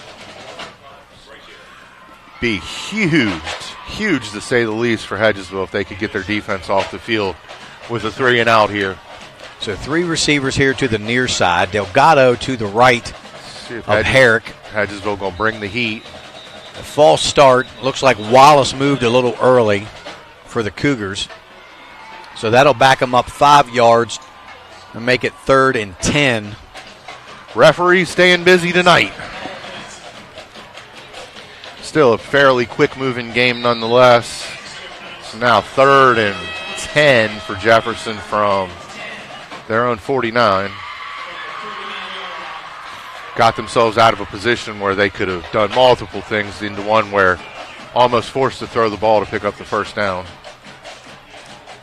So Herrick back to pass. He's looking for a receiver. Down the sideline to Jackson Rockwell. Almost. Just past the outstretched hands of Rockwell. It's a pretty well thrown ball. 4th down, and what will Coach Hunter do? This normally isn't typically 4-down territory, but it looks like they will punt. So that probably not the way to start the second half for the Cougars. Definitely the way Hedgesville wanted to start it, though. Absolutely. They needed that stop because I don't think they got to stop maybe even at all to force the Cougars to punt in the first half.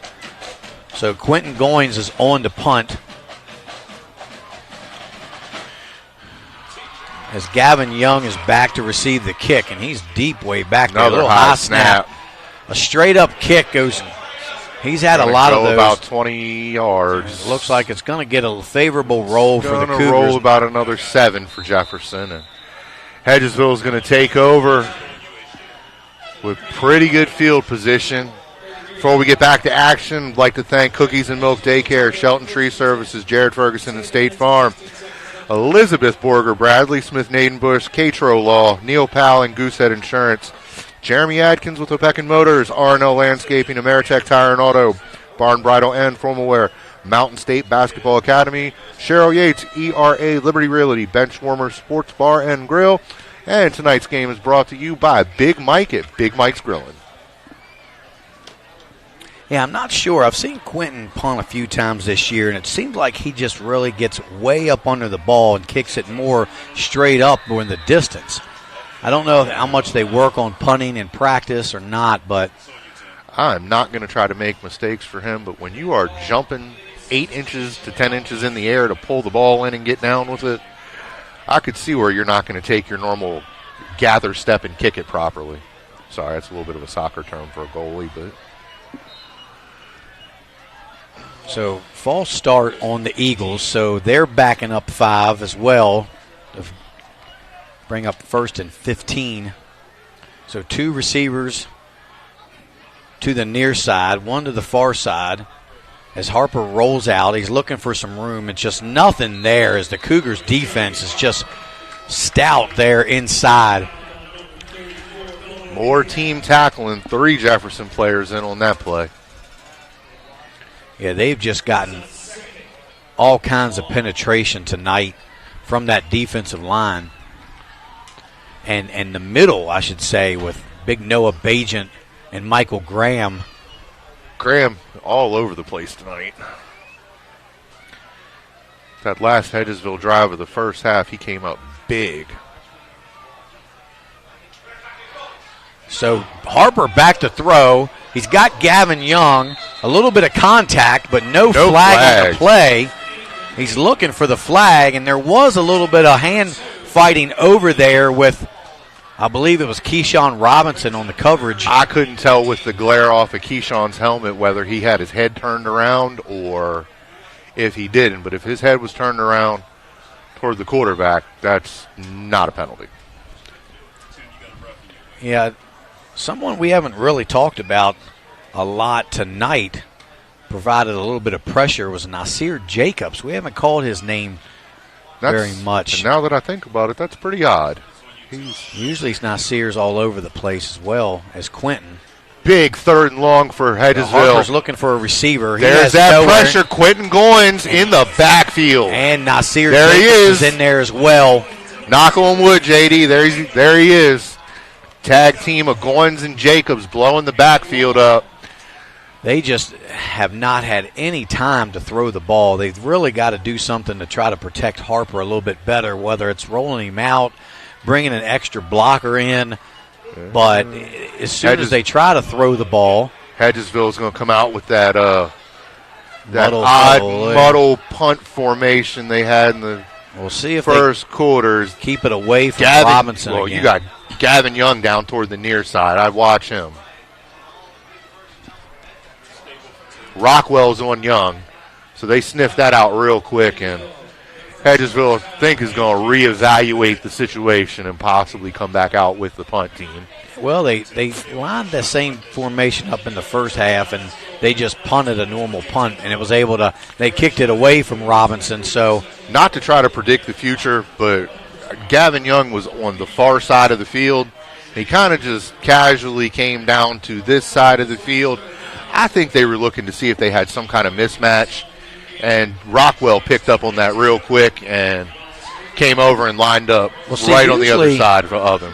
When they try to run those trick plays, they'll run that muddle huddle to this side, so all the focus is over here, and they'll just sneak a player on the field just a foot or two inside from the sideline and try to discreetly have him in play and then try to throw the ball down. But I don't know why you would try to disguise the guy on the far, your opponent's sideline. I don't know.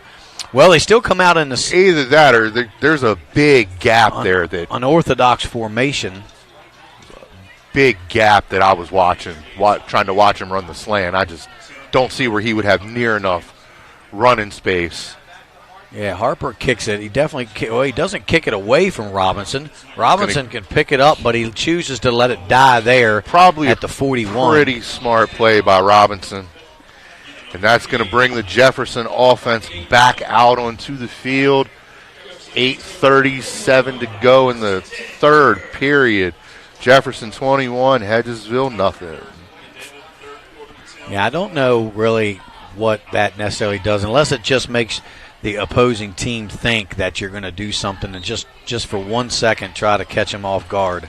And real quick, looks like Wyatt Shively is out of the game in street clothes, and like he might have been tapping his head. Yeah, maybe he got, and he's in concussion protocol for the rest of the game. I'm not sure. We'll get a word on Wyatt here a little bit later. Well, don't want to see As anybody Dylan get pitches it out to so Delgado. Delgado's okay. got a little bit of room. He Good had a tackle head by of steam Aiden going. Fleming there. Picks up 4 yards on the carry. I've always liked that quick pitch play. It's just seems like a pretty efficient play. So Delgado come off. Roper's in the game along with Leland Benner as the H-back tight end. Jefferson 2nd and 6 from their own 46. Wallace split out wide with Robinson in the slot. Hedgesville trying to The creep up in the handoff box. goes to Roper. Roper's to the left side. He's looking for a little running room. Doesn't have it. Knocked and pushed out of bounds there for very short gain, if a gain at all. This looks like Hedgesville's defense made some adjustments at halftime. Those plays were definitely picking up 4 to 6 chunk yards easily for Roper in the first half. See what the Cougars are going to dial up on 3rd and 6. So typically a passing situation, so we'll see. So Herrick rolls out here to the near side. He's looking for Robinson. He's going to have to just tuck pull it and run it, and almost gets to the Looks first like down he's about marker. a yard or 2 short. Just about a yard short. He got a pretty favorable spot there. He did have, and now a we got flag. a flag. That looks like that's going to be on. I think it's maybe on Coach Herrick. Hunter. No, I think it was on Herrick because he was the official pointed. So Herrick must have said something that the referees didn't like. So now you're backed up 15 more yards, and it's going to be a punting situation now instead of a 4th and a yard. You just can't shoot yourselves in the foot like that. No, you don't want to lose your composure with a 21-point lead when you're driving and running a lot of time off the clock at the same time either, JD. So that's 2 back-to-back punts now here for the Cougars. So the see if we can Hedgesville defense starting off on the right foot this half. See if we can get the snap down this time, and Goins can get a good opportunity to get his footwork set up to kick the ball. Yeah, he's got a great foot. I've seen him kick the ball 50 yards down the field, but sometimes he just gets up under the ball too much, and it goes up into the lights, it almost seems.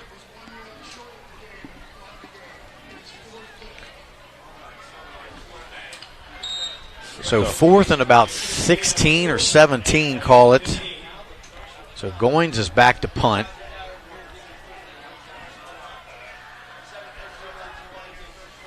Gavin Young back to receive the punt for the Eagles. It's a good snap this time. Goins gets it. Nice punt. That's a much good better toward punt the there. sideline. But it just kind of always dies and rolls back. And that time it took a Hedgesville roll. Can't quite get the forward roll. So the ball's down there at the 40-yard line, and the Eagles will take over there. 1st and 10. Hedgesville offense, see if they can get something going this series. Well, so far the defense is doing what they're supposed to. So now it's the offense turn for them to kind of get some momentum, pick up some first downs any way you can, get the ball down in scoring position. Got to figure out what to do with this Jefferson defensive line. I think collectively they're playing their best game of the season so far, giving Harper and Hedgesville nightmares on just about every down. You know, I'm not real sure. Well, I'll hold that thought. So Harper with the run again up the middle. He meets Nolan Melab right in the hole, and you know what the results of that are going to be. But what I was going to say, Jeremy, is I have not seen any of Jake Young since early in the first series. And Mekhi Bryant, number 21, the 2 main backs against Washington, have not been in this game since well before the half. My best guess is after they got down by 2 touchdowns, they've kind of abandoned the run, and I'm not sure why. Because Jefferson's they're peeling their ears back and just going after the quarterback. You say they're abandoning the run, but they've just been running Harper.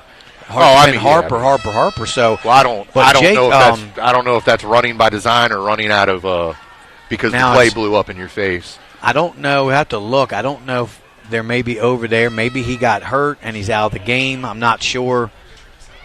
But Fleming with the carry has a little bit of room to run. Oh, big hit there. Not sure who that was. That was Nolan Melab again.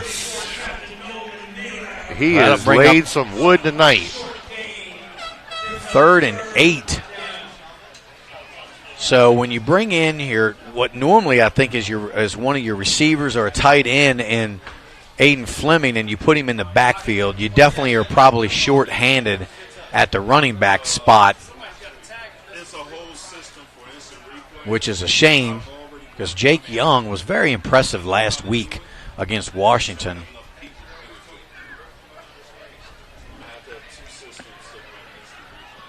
Hedgesville letting what I would say precious time run off the clock. We're down to 4 on the play clock.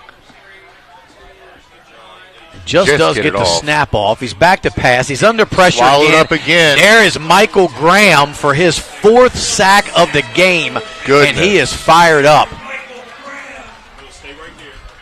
Graham is bringing it tonight. Yeah, that defensive line is just eating for the Cougars. Well, here's the thing. They got 3 players with their hand in the dirt, and they're bringing blitzer off the edge. Delgado the last few times, I believe. Yeah, so when you're getting pressure with 3 down linemen, that's impressive. And, the rest of them are just back in coverage because now here they go with this little muddle huddle again. And Cougars call a timeout this time. Hedgesville trying to do some confusion. And we would like to thank Cookies and Milk Daycare, Shelton Tree Services, Jared Ferguson State Farm, Smith Nadenbush, Catro Law, Neil Powell Goosehead Insurance, Opequon Motors, R&L Landscaping, Ameritech Tire and Auto, The Barn, Bridal and Formal Wear, Mountain State Basketball Academy, Cheryl Yates of ERA, Liberty Realty, Benchwarmer Sports Bar and Grill, and thanks Big Mike and Big Mike Grillin for bringing this game to you tonight. Yeah, Hedgesville has been, I didn't see that, they didn't run that muddle huddle, I don't believe, last week. So I don't know if that's something they worked on this week. I don't know what they're trying to do by running it. They haven't ran a trick play out of it yet, but it doesn't mean they won't. DeFan and Jeremy says that with the rate of success they've had on it, they might want to put it back on the shelf after this week. Because if you look, you got Aiden Fleming at center at the moment. Motion. They're going to pooch kick it. Kicked it away from Robinson.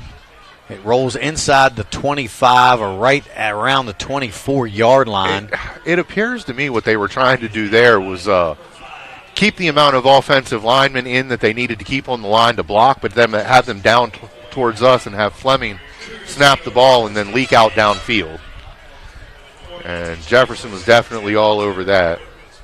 So the Cougars will take over again from their 24-yard line. 4:24 to go in the third quarter. Scoreless second half thus far. Jefferson 21, Hedgesville nothing.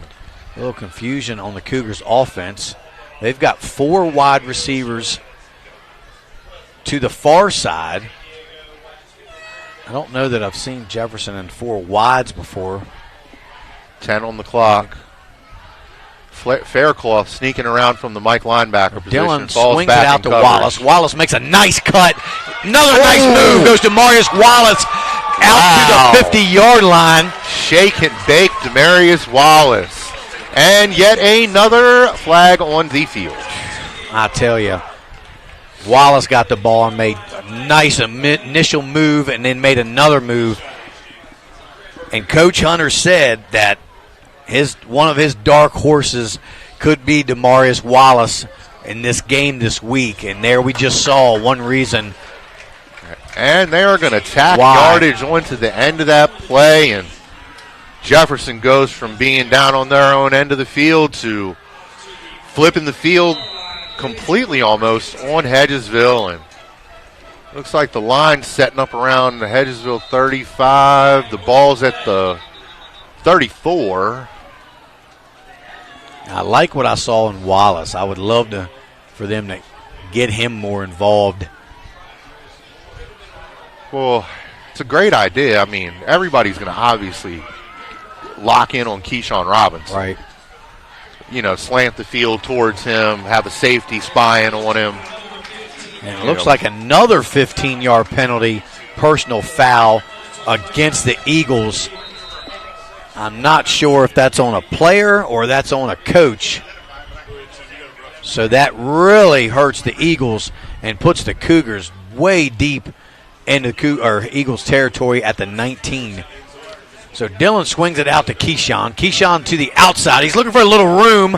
He's got some room. Another flag comes in.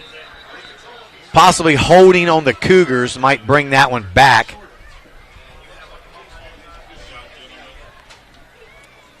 So Keyshawn Robinson picked up the first down initially, but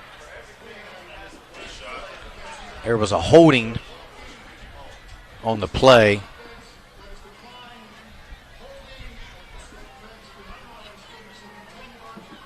And we got the referee is mic'd up. Mic'd up with a little bit of an explanation. Well, I don't. Did he just not realize that the mic was? That's what I'm saying. Has he been mic'd up the whole game? He just never turned it on. I would have to assume. I'd like for him to do that more, so we know who's. Usually they save that for the playoffs a lot of times, but great. Even the officials are stepping their game up. So Herrick second and long hands the ball to Keyshawn Robinson, makes a little move there to the outside, and he's pushed out of bounds there by number 14, Zach Crosco for the Eagles. They're trying to get Robinson involved a little bit more this half. The Cougars have three receivers to the far side. Wallace here to the near, with Robinson in the backfield with Herrick. 2nd and 14 for the Cougars. The handoff goes to Robinson. He cuts up the middle, picks up maybe 5 yards on the play, down inside the 20-yard line to about the 18. Couple good chunks of yardage by Robinson to get him into a third and at least manageable after the penalty. Put him in 1st and 20. Yeah, the Cougars put another one on the board here as the third quarter starts to wind down. Hedgesville's be hard to come back from 4 scores down, but so Herrick with Roper beside him. He's back to pass. He's got Wallace there again. Wallace makes the catch there, but falls forward inside the 10-yard line to about the 8. Is Demarius Wallace. That's going to move the sticks for the Cougars. So Wallace with 2 big catches this series for the Cougars.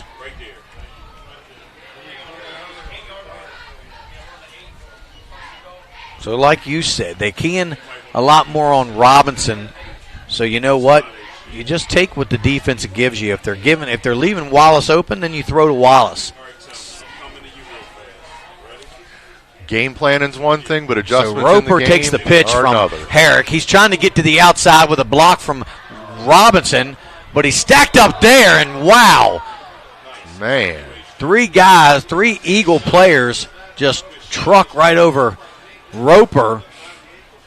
But looked like there was a flag on the play again. It's going to look like another holding penalty.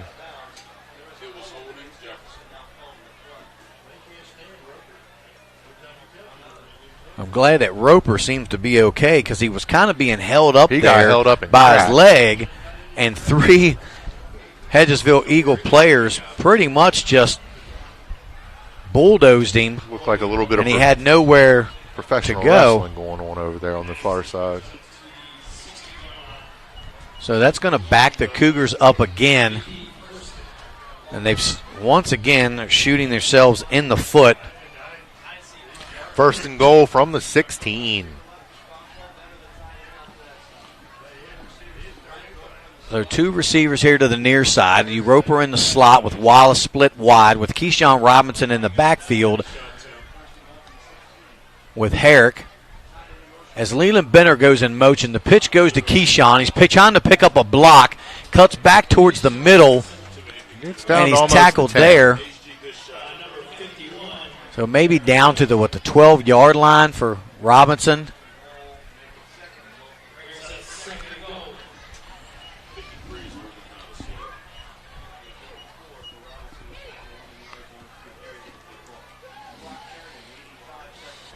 Minute 23 seconds to go in the third quarter.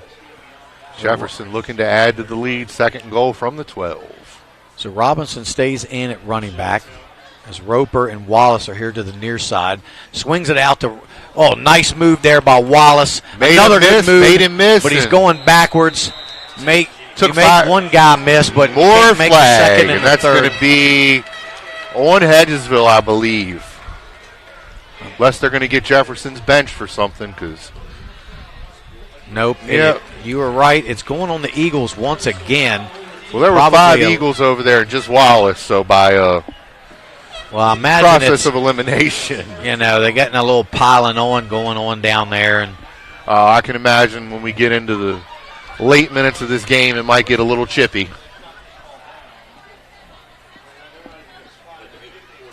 So they're really trying to get Wallace involved here in the offense.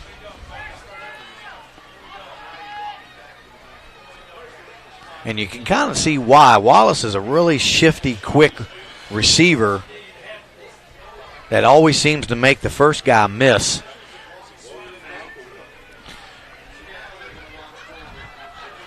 Took being swarmed by 5 Eagles on that last play to get him down. I think the officials are still trying to sort out what the mark off on the penalty, since it's their goal to go. So it looks like they're going to be first and goal from the 9. Under a minute to go in the third quarter.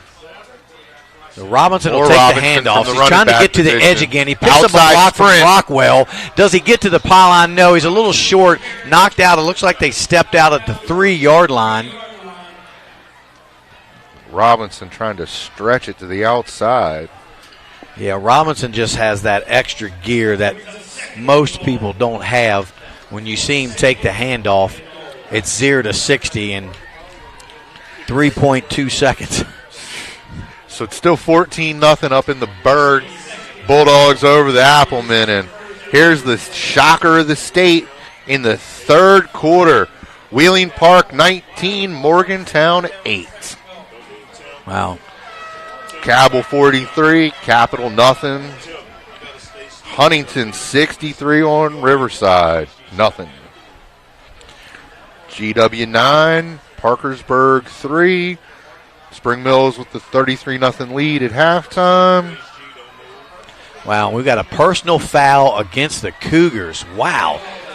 Just a lot. That's about 3 or 4 personal fouls in just this series alone. I'm not sure who the penalty was on, so that backs the Cougars all the way up to their own 32-yard line, to the Hedgesville, 32-yard line.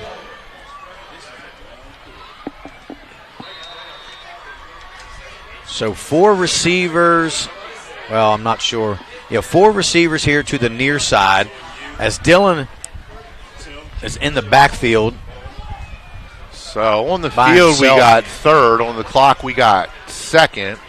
3 receivers here as Roper runs to the other side in the slot. He's looking for somebody. Dylan's got to tuck it and run. He's going to still look for somebody. Now he runs. Dylan tries to lower his shoulder. Not a good idea when you got big Levi Faircloth out there.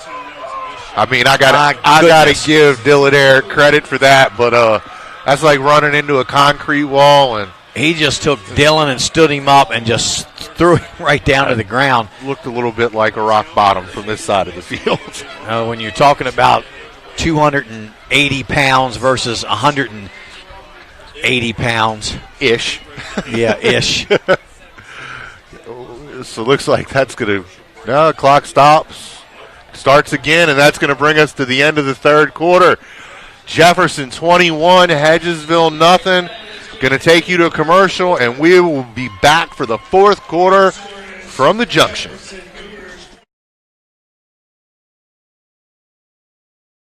Welcome to Cookies and Milk Child Care Center. We have 2 locations conveniently located in Kernersville and Martinsburg. Our mission is to be the leading provider of higher quality care and education services for children ages 6 months to 12 years of age. We provide the highest quality child care available at an affordable cost. For more information, contact us at 304-901-2961.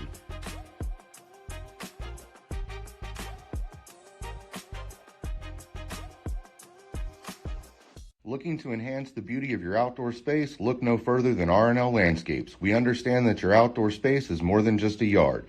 It's a place where memories are made with loved ones and where you find peace and tranquility. Our team of professionals will work closely with you to bring your vision to life. From expert design and installation to meticulous maintenance, we are committed to delivering breathtaking results that will make your neighbors green with envy. With our state-of-the-art equipment, we guarantee exceptional craftsmanship that will withstand the test of time. Contact R&L Landscapes today and let us turn your dreams into reality. Smith Native Bush Insurance has served the Eastern Panhandle since 1869, a family-owned business with locations in Martinsburg on South Queen Street and Charlestown on South George Street. We are able to serve all your insurance needs. Being an independent agency, if we can't do it, nobody Welcome can. back. Today. 4th down for the Cougars. They're going for it. Herrick drops back. Nowhere to go. He's Looks running up the middle. He got he's loose. got a little running room. Dylan Herrick, and He got it. Oh, no. Well, it's 4th and goal, I believe. So turnover right. on downs. Right. Tripped up just on the I thought they had the 3-yard line to get a first down. That would have been a tough pass to try to throw into the end zone, as the Eagles had a lot of guys We got back deep. Hedgesville player down in the end zone. But a big missed opportunity for Jefferson on that series, and just, killing yourselves with penalties, backing yourself up. But at the same time, Hedgesville gave them that opportunity with 2 big personal foul penalties of 30 yards during the third quarter. Kind of a sloppy third quarter, a lot of penalties. I think the third quarter might have took as long as the first half. We had one of those another week, too. I don't know if it was last week. It might have been last week, where the first half, it goes 40 minutes, the second half. I like seeing the kids play hard. I like the hard hits. Anything that's legal. I hate when games get chippy, rivalry chippy at the end of the game, and personal fouls and unsportsmanlike conduct penalties come into play. It's kind of unnecessary for me. Real sloppy, and, no one wants to see that. So Hedgesville will take over on their own 4-yard line. They got 12 minutes to score 3 touchdowns and get 3 extra points and tie this game. So kind of got to get into a track meet with the track team. Don't want to get into that with a couple of the fastest kids in the state for Jefferson, but. Harper, again, takes the direct snap and was going to run himself. It looks like it's a dead ball delay of game penalty on the Eagles. It can only move back a little bit. Half the distance, so now they're at the 2. So I got to feel like something is going on at running back for Hedgesville. Yeah, I would sure like to know, Coach Faircloth, what the situation, to lose 2 running backs in the same game, it's kind of odd, really. Haven't seen Jake Young. So Harper takes the handoff. Not much there. Gets back. Melab swallows him up whole again. No, actually, that was not Melab. That was Cameron. Looking for his number, I'm sorry. Yeah, that was Stephen Cameron. Almost didn't. It's like Quentin Goins coming out to get a breather. Noah Bajent is back in for the Cougars. Big body to clog up the middle. So 2nd and 10 for the Eagles. 3 receivers here to the near side. The Eagles definitely need some breathing room. And it's Harper once again, it looks like. Bajent into the game, and he clogs up the middle and helps on that tackle. Yeah, I don't know, Jeremy. I think if it's maybe a more of a situation where if he did lose one running back and he just wants to play it safe and not get anybody else hurt and get out of this game, and but my goodness, you run Harper a lot, and that would be the one guy I would not want to be getting hurt is your quarterback, but he's gotten most of your carries this whole entire game. I would say he's probably pushing 30 carries by now. If the game was close, I'd be all about putting Gavin Young back there. Harper's looking for a receiver. Almost intercepted. In and out of the hands of Tony Allen. And while I got a second between plays, I want to thank our good friend H.G. Franklin II for stepping up. We were a little short-handed. He is definitely a friend of home team. So, big fourth down. It looks like, they haven't lined up in punting formation, but it could be like we saw last week, a little pooch punt by Harper. But they have three receivers to the near side here. Like we're going to do a rugby-style kick. Well, it looked like he got some room to run. He's got a lot of room to run, and he picks up the first down. He pulled that down because I think he thought it was going to get blocked, and it ended up creating some confusion. And I'm not sure what Cougar player was in there to block it, but it looks like they were kind of afraid to block it. They could have just wrapped him up and tackled him in the end zone for a safety, but they let him go, and Harper runs and picks up the first down. So that was kind of an odd play as well. Under 10 to go. 1st and 10 for the Ville.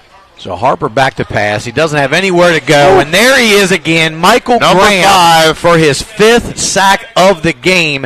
And if we have a front runner for player of the game, he's going to be the guy, because how often do you see 5 sacks in a high school game? Not too often, I don't think. He had 3 on one drive in the second quarter and 2 so far in the second half. Making noise. Yeah, Michael Graham is having a whale of a game for himself and that Cougar defense. He's just been unstoppable all night long, living in the backfield.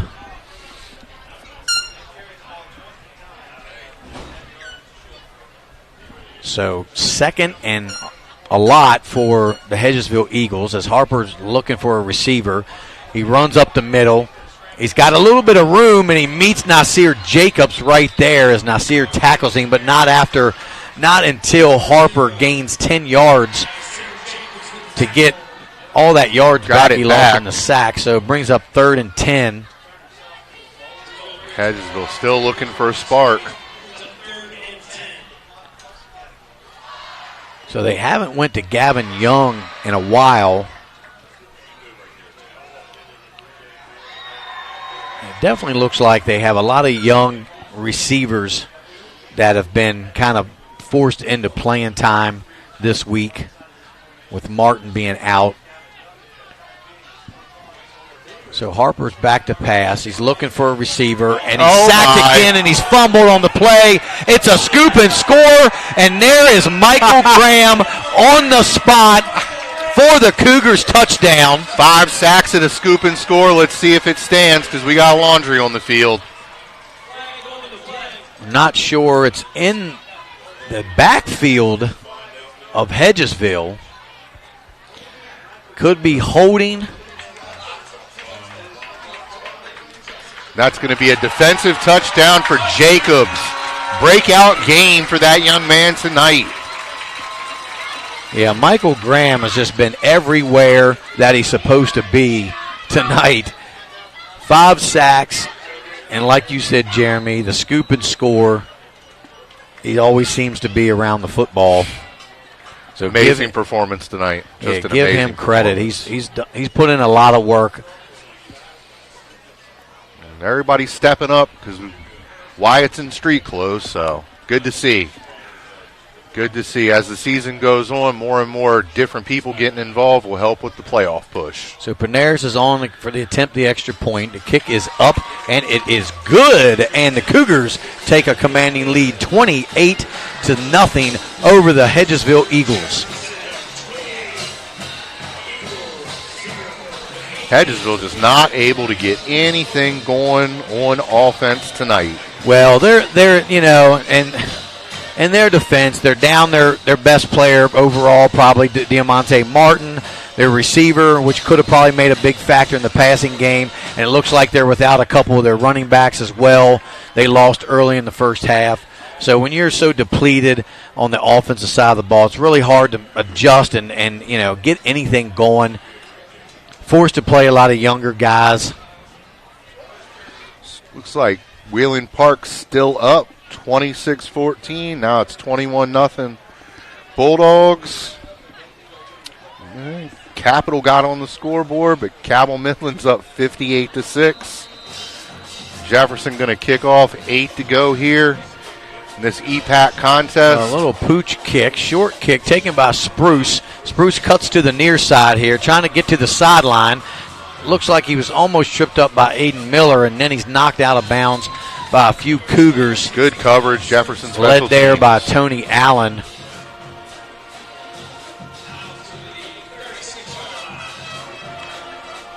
So let's see if Hedgesville can put something together here on offense as they start this possession from the 36.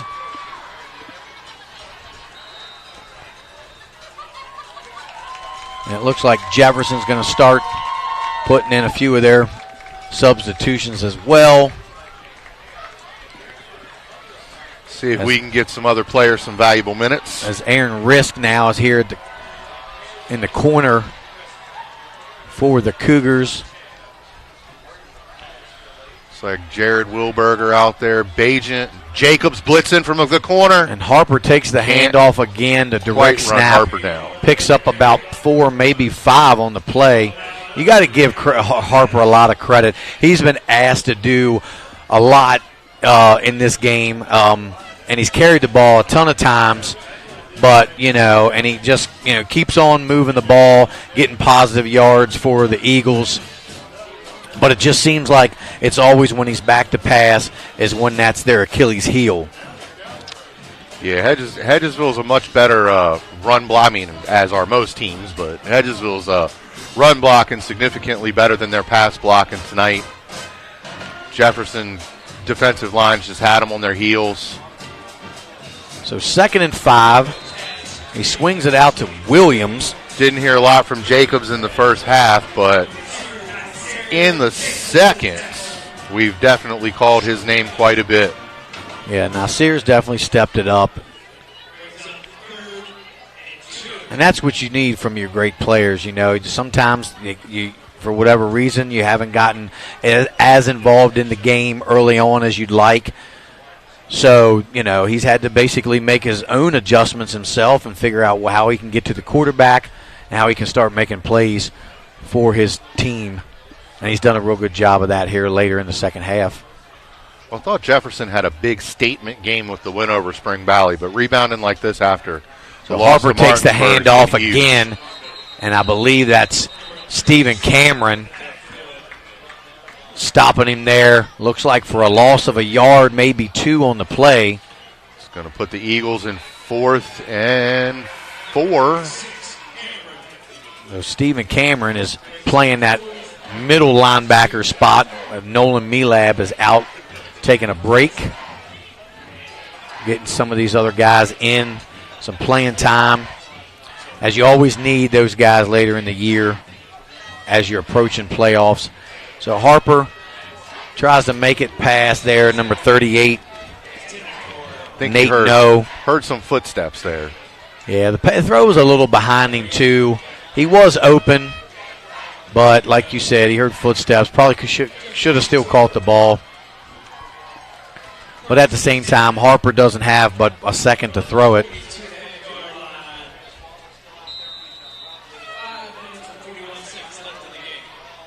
So that's a turnover on downs for the Eagles. They've got Delgado in the backfield with Herrick. With Bub Shelton here to the near side in the slot. He's looking to throw to Robinson. I'm not sure. Just didn't get enough on it there. Herrick threw it well behind and out of bounds. intended for Keyshawn Robinson. It looks like they're still trying to get that home run, Jeremy, to Robinson. I don't know why at this point in the game you really would need to do that. I thought but Delgado lined up in the backfield. It was time to put that shoulder into some people and start grinding the clock out. But everybody likes fireworks. That's right. Offense sells tickets and defense wins games, right? That's what they say. So Bub Shelton in motion. The handoff goes to Delgado. He makes a move at the line. Kind of takes a hard fall there at the line of scrimmage for no gain. Good penetration there by the Eagles' defensive line. And Herrick's throwing on a receiver's glove, and it looks like Rockwell is going to line up at QB. Yeah, I'm not real sure why you've got other guys that can potentially play receiver, Tony Allen, Aiden Miller, those guys. So I don't know why you'd risk your starting quarterback at receiver if you're putting Rockwell back there. Not sure either, JD. So Delgado stays in at running back. Bub Shelton in motion. Rockwell takes a snap. He's going to run it up the middle. He's got a little bit of room to run out close to the first down as he gets inside the 35-yard line, maybe the 33. So a nice run by Jackson Rockwell. About a yard short.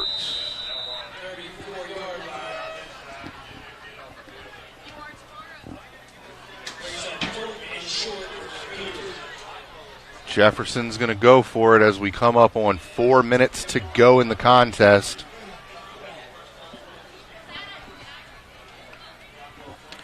So 4th and a yard, a yard and a half maybe.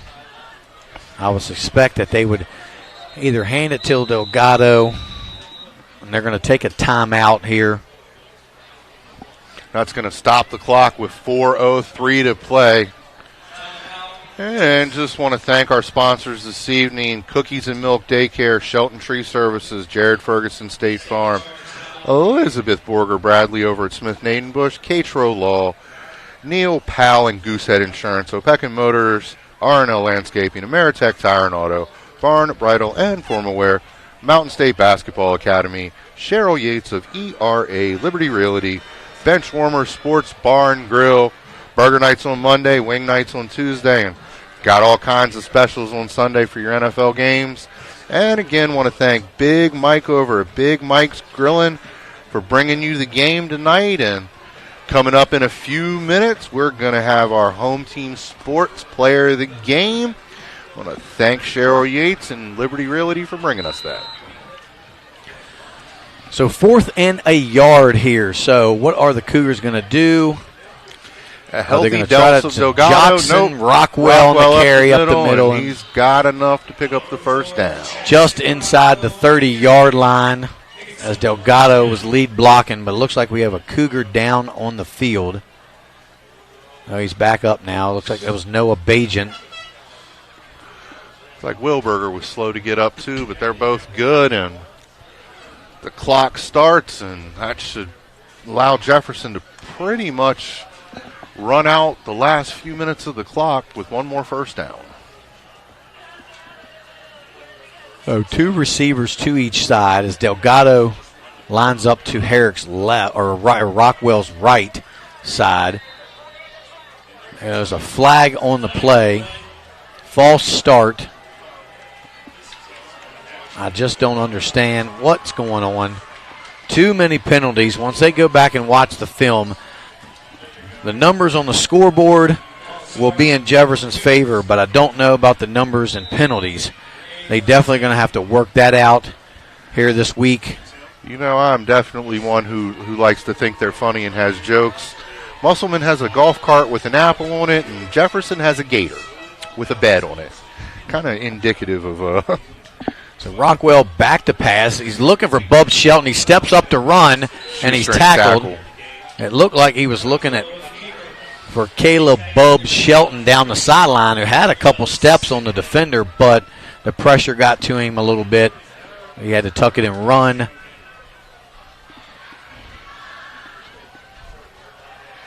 So no gain on the play. Bring up 2nd and 15 for the Cougars as they will just continue to let the clock run.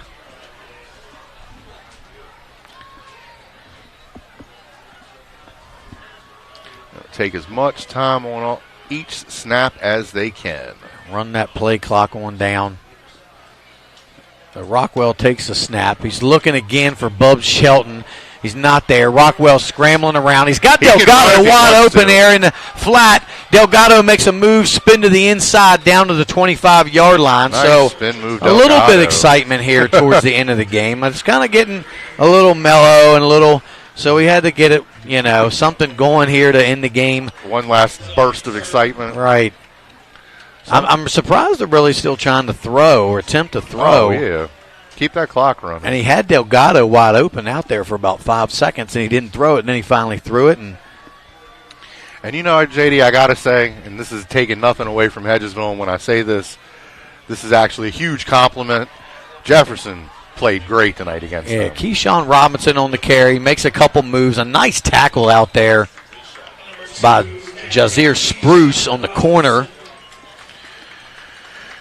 Jefferson came out most prepared with their best game plan so far of the season and did everything everyone always talks about wanting to see them do.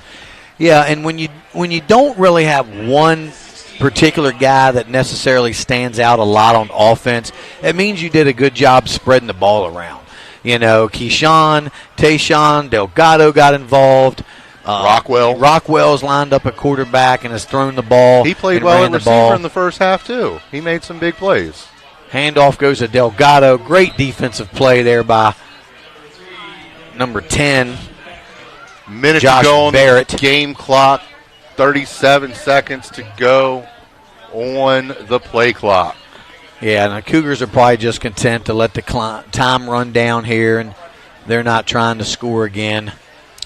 No, it's 2nd down, so they can go ahead and take a knee on this next play, and that's going to be a wrap. But very well played game for Jefferson tonight. So Shelton in motion, reverses in motion. The handoff goes to Delgado. Well, no, it goes to Rockwell. Rockwell dances around and tries to bounce outside, but a good tackle there by number 24 for the Eagles. And I think Jacob Kerr is going to be the last play of the ball game, JD. Yep, so the Cougars will come out with the 28-0 victory here at home over the Hedgesville Eagles. A well-played game by both teams. And we are going to run through our commercials, and we will be back with the home team sports player of the game.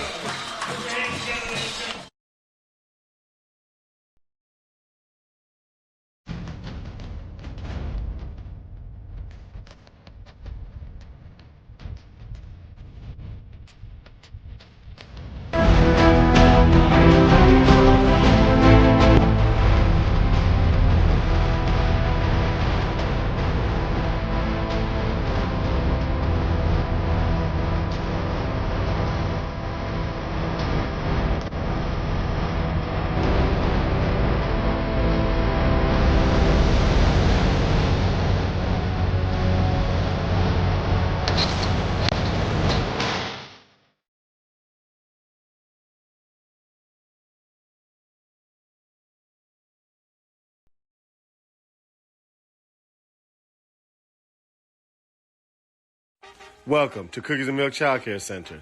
We have 2 locations conveniently located in Kernersville and Martinsburg. Our mission is to be the leading provider of higher quality care and education services for children ages 6 months to 12 years of age. We provide the highest quality child care available at an affordable cost. For more information, contact us at 304-901-2961.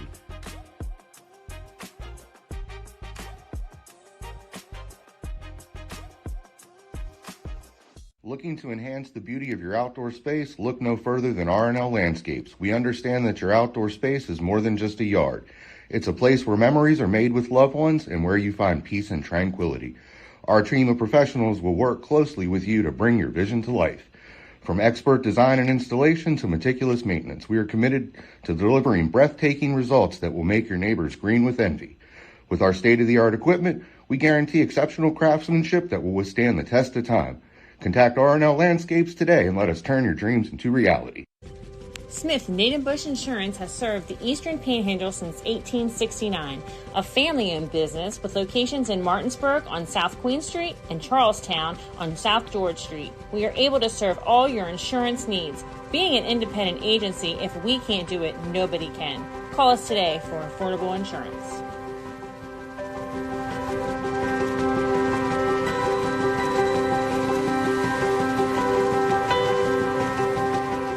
Hey, home team sports fans, thank you for tuning in tonight. We tried to get Patrick Mahomes and Jake here.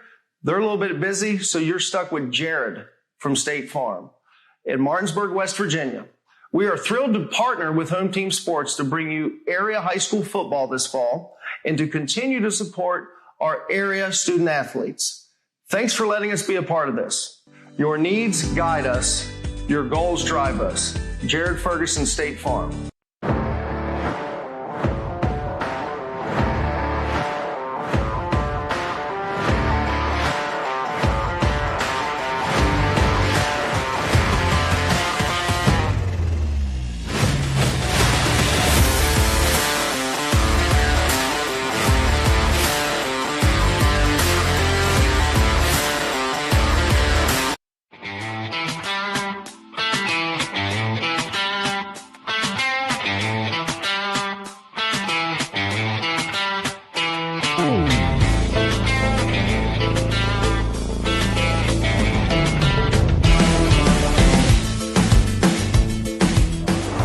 Hi, I'm Jeremy Atkins, broadcast announcer for Home Team Sports TV, sales consultant here at O'Beckett Motors. Make a fast break to 838 East Moeller Avenue in Martinsburg. Come see me for a slam dunk of a deal.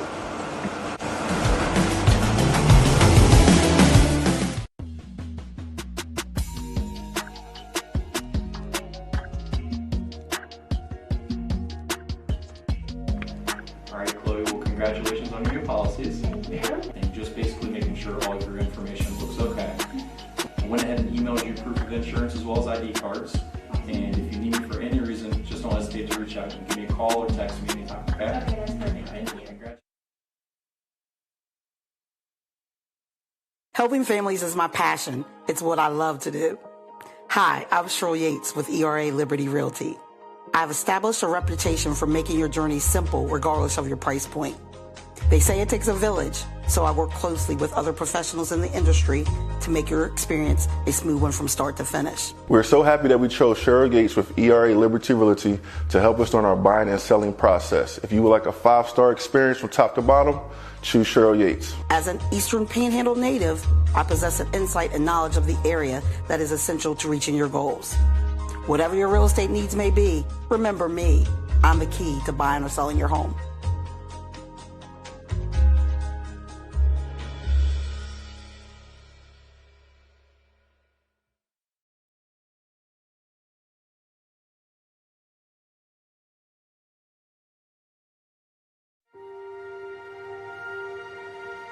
Here at the barn, we have been making dreams come true since 1972, where we help women feel their most beautiful for any occasion, from pageant, homecoming, and prom gowns to walking down the aisle in the perfect wedding gown alongside their bridesmaid and their family. Stop by to meet your stylist today to find an affordable gown, and we do offer layaway. This is Jimmy, General Manager at Ameritech Tire and Auto, here to serve you with all your auto repair and service needs. We are a family-owned business serving our community since 2003. We work on all makes and models, from vintage cars and trucks to collectors to today's latest, newest vehicles. So stop in and see us at one of our 2 locations. See you soon.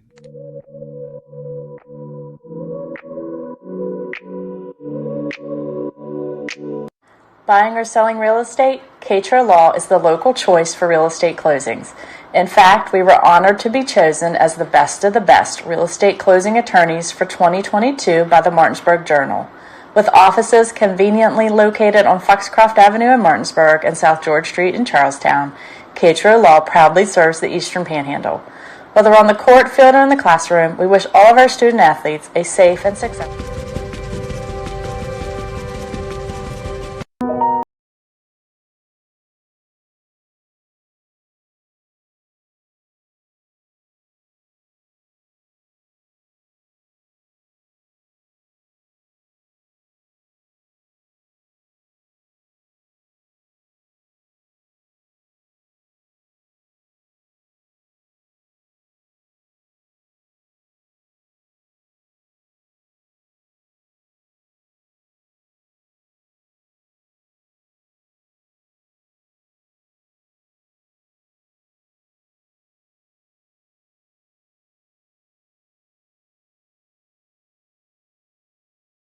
Here back from Home Team Sports with the Cheryl Yates ERA Liberty Realty Player of the Game, Michael Graham. How are you doing, sir? I'm great. How are you? I'm good, man. 5 sacks and a scoop and score. I guess you can say this has probably been your best game in your career, huh? 100%. How do you feel about that? I feel great. Honestly, I just got in the zone and I just kept going from there. Yeah, you performed well. You were in the backfield all night long. Tell us what the message was coming off that tough loss to Martinsburg, what Coach Hunter said to you guys going into this game this week. He really pushed us hard and to get us right for this game. I knew I'd have to give 100% for this game, and I think I did pretty good. Yeah, Quentin wasn't as involved as much quite this game, and Wyatt went down or in the first half. So, you really stepped up and, made big plays for your team. Congratulations on the win, and congratulations on being the player of the game. Michael, look forward to seeing you again sometime. Yes, sir. All right. This is J.D. Fritz for Home Team Sports. You guys have a good night, and we're out.